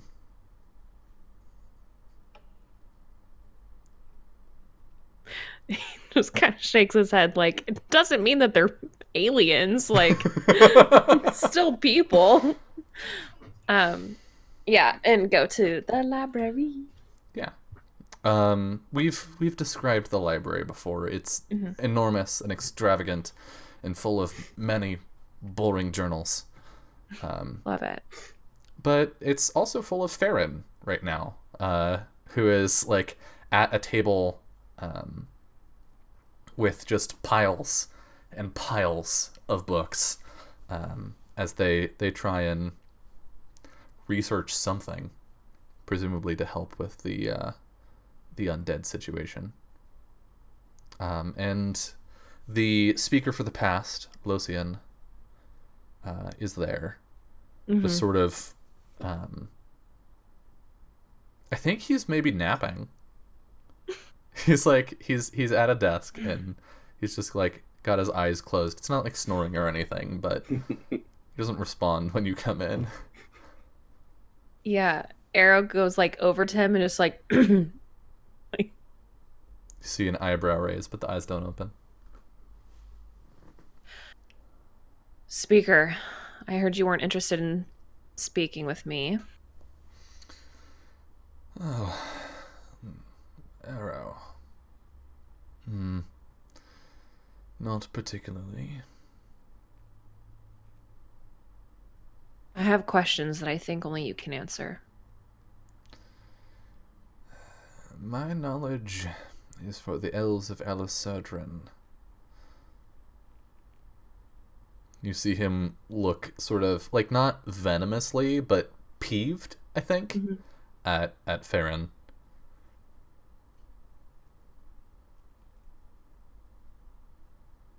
It's about my mother.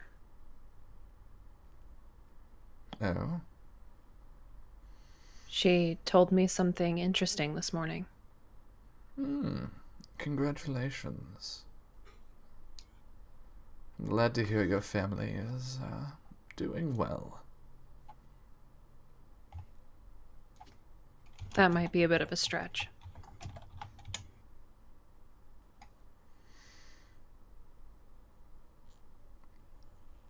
Please, Arrow, I have survived. I have lived over 1,000 years, and I haven't done it for you to beat around the bush with me. What do you want? She told me that she left and came back with someone from the outside. It's true.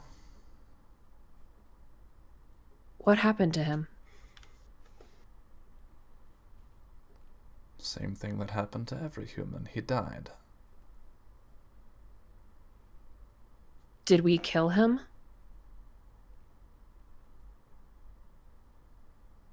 I do not recall you being there. You know what I mean. Yes. He was executed for his crimes. Which were?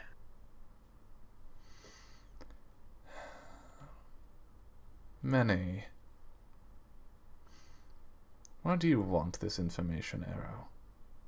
What will it bring you? My mother is a difficult person to understand, and I think it would help.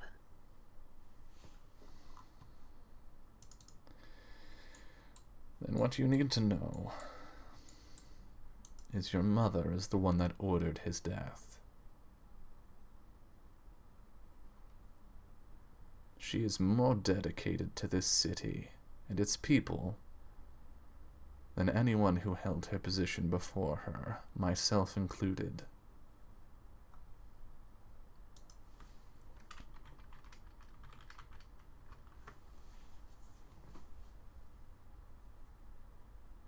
Do you think her opinion was compromised?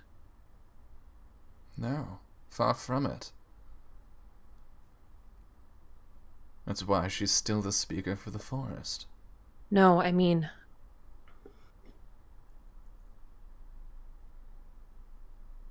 And he just kind of shakes his head. You mean when she brought him here? She must have trusted him deeply. We were all young and foolish once.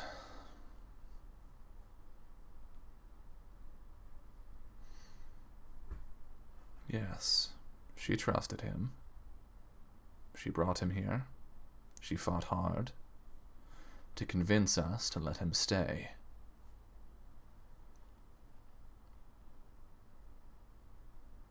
But in the end,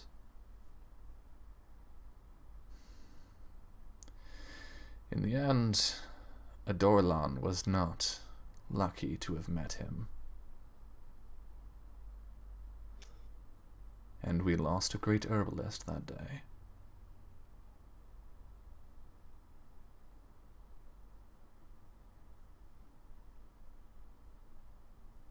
Bringing him here was a mistake that cost us one of our greatest healers. And almost led to the exposure of this entire city.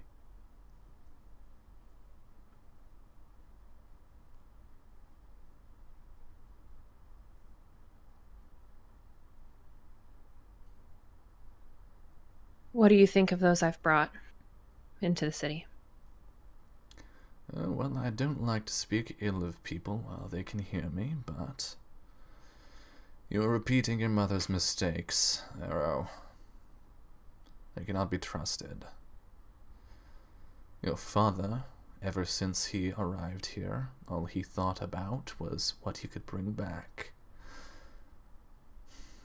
He spoke of our magics, of our art, not understanding what they were, but understanding how they could benefit his home.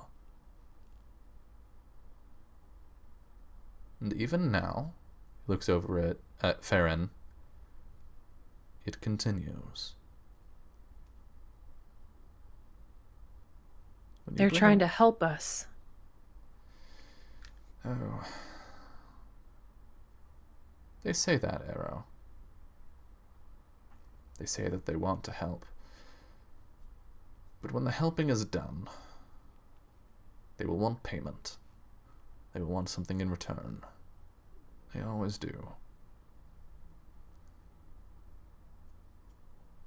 And in the end, what they really want is to feel that they are right, and that we, in our isolation and our ignorance, were wrong.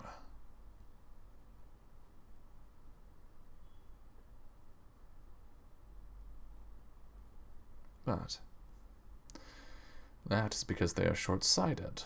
He'll look at Gregor now. They are short-lived. They do not remember how they tore at each other with knives and teeth but a few hundred years ago, when their world was shaken.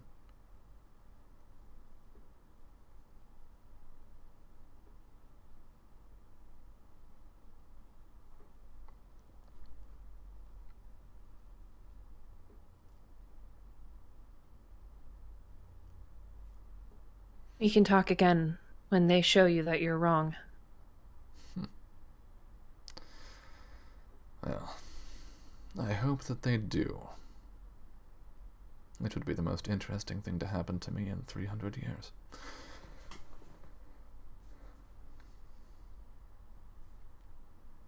He just kind of nods and turns and walks away. Arrow, before you go,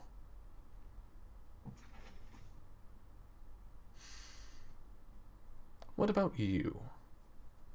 What do you think of your friends?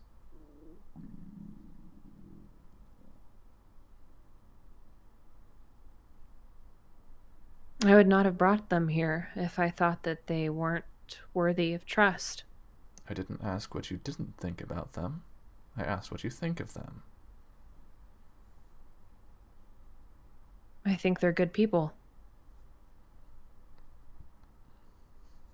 who care about us and what happens to us.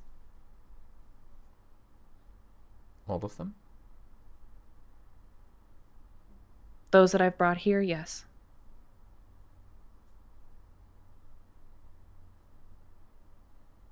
Very well. History will show which of us is right. Yes, it will.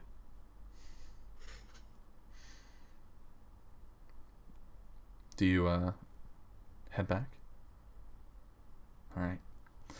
As your guard is, leading you back, you hear a hawk cry out in the sky. Lake. And, a moment later, she swoops down to land on your shoulder. She begins to speak. Arrow, something has happened. And then you hear sort of murmurs and shouts from the gate of the city. And the guard grows visibly nervous, as, like, commotion doesn't really happen here, usually. Yeah. And I think your path leading back to the barracks probably takes you near the center. And Lake begins trying to explain, like, going into much more detail than really she should, about like going out through the forest and finding an isolated scout and all of this. And she gets to but we didn't notice. And at that point you reach the square and you see Tarathiel and maybe 2 other members of the patrol walk into the square, covered in dirt and cuts, bleeding openly on the stone of the square. And Mian comes out of the speaker's home. What happened? Speaker, I'm sorry. We failed. The fire. He catches his breath. And then he straightens up and turns to the gathering crowd and to you. The fire did nothing. They pressed on through it. It's like they feel no pain. But there was more than one. It wasn't just a scout. The scout was bait. And they fell on us. He turns now to the crowd. Like animals. Hungry. We are all that's left. He turns to the speaker. And what of Hawk? She's gone, speaker. She couldn't escape.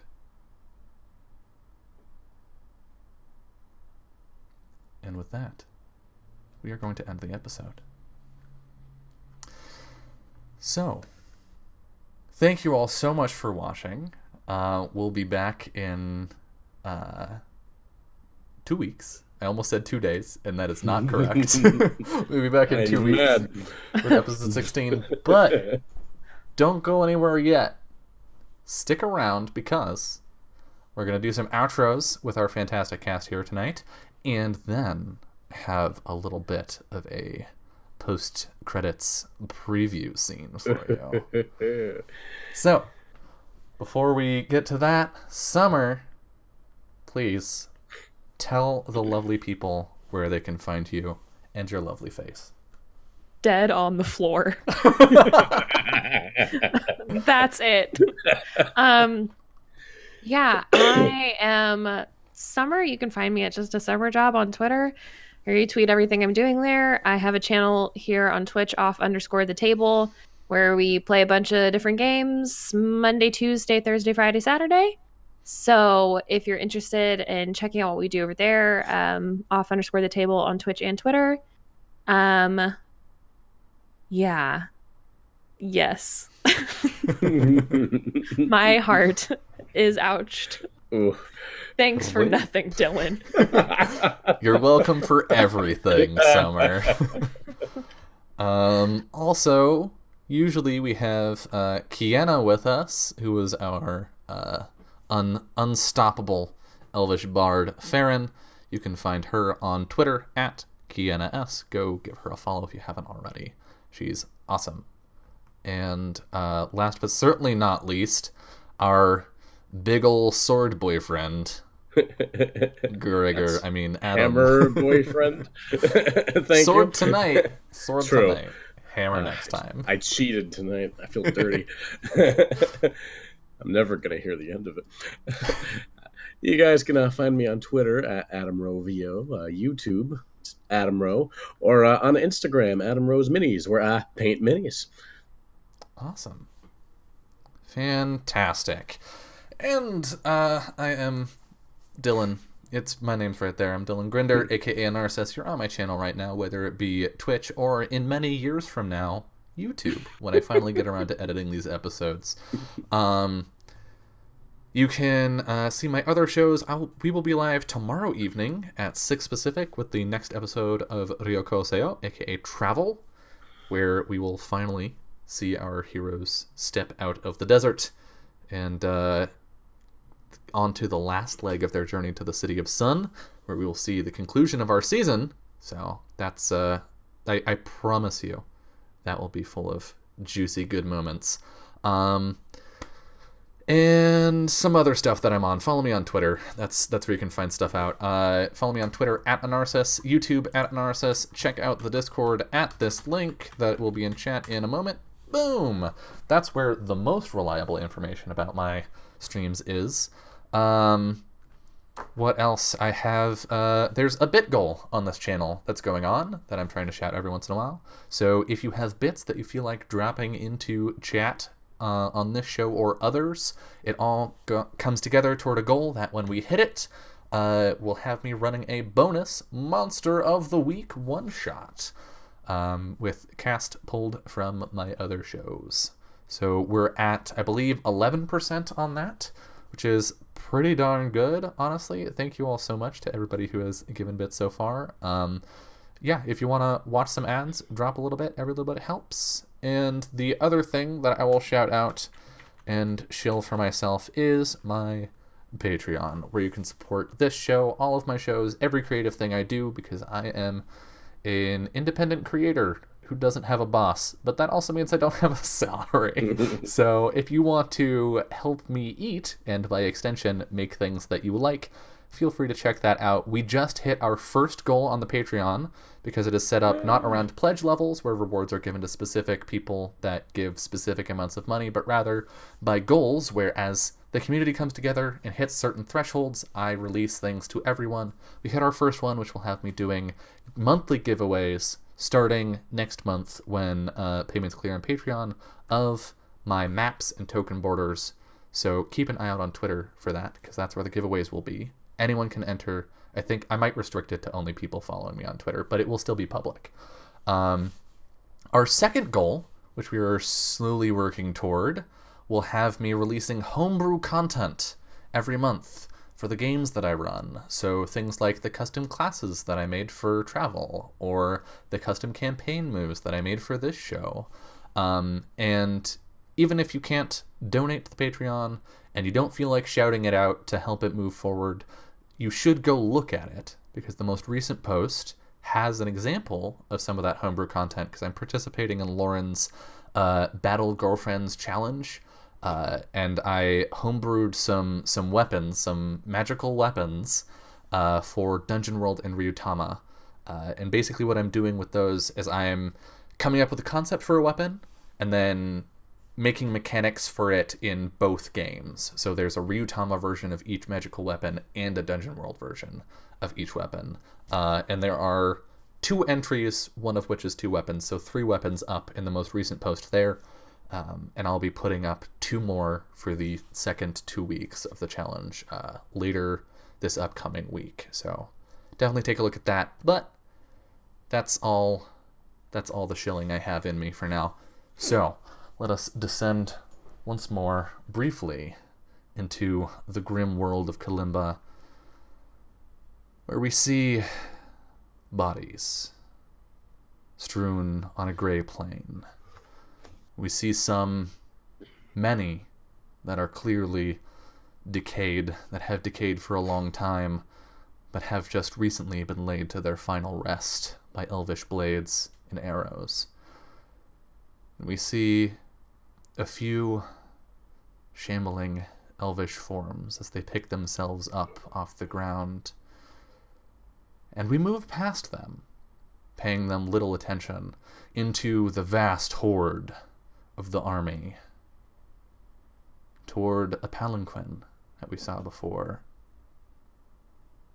And before the palanquin, we see an elf. We see her beaten, bloody, tired, but still defiant, as Hawk looks up at the palanquin. The curtain is drawn to the side, and a voice whispers out, "Oh, hello. What information do you have for me, little elf? What can you tell me that the others could not?" And Hawk looks up, her jaw swollen, spits out blood. I have nothing to say to you. Oh. I don't know that that's true. You'll tell me. As you are, or as one of my unbidden. It matters not to me. And that's where we close.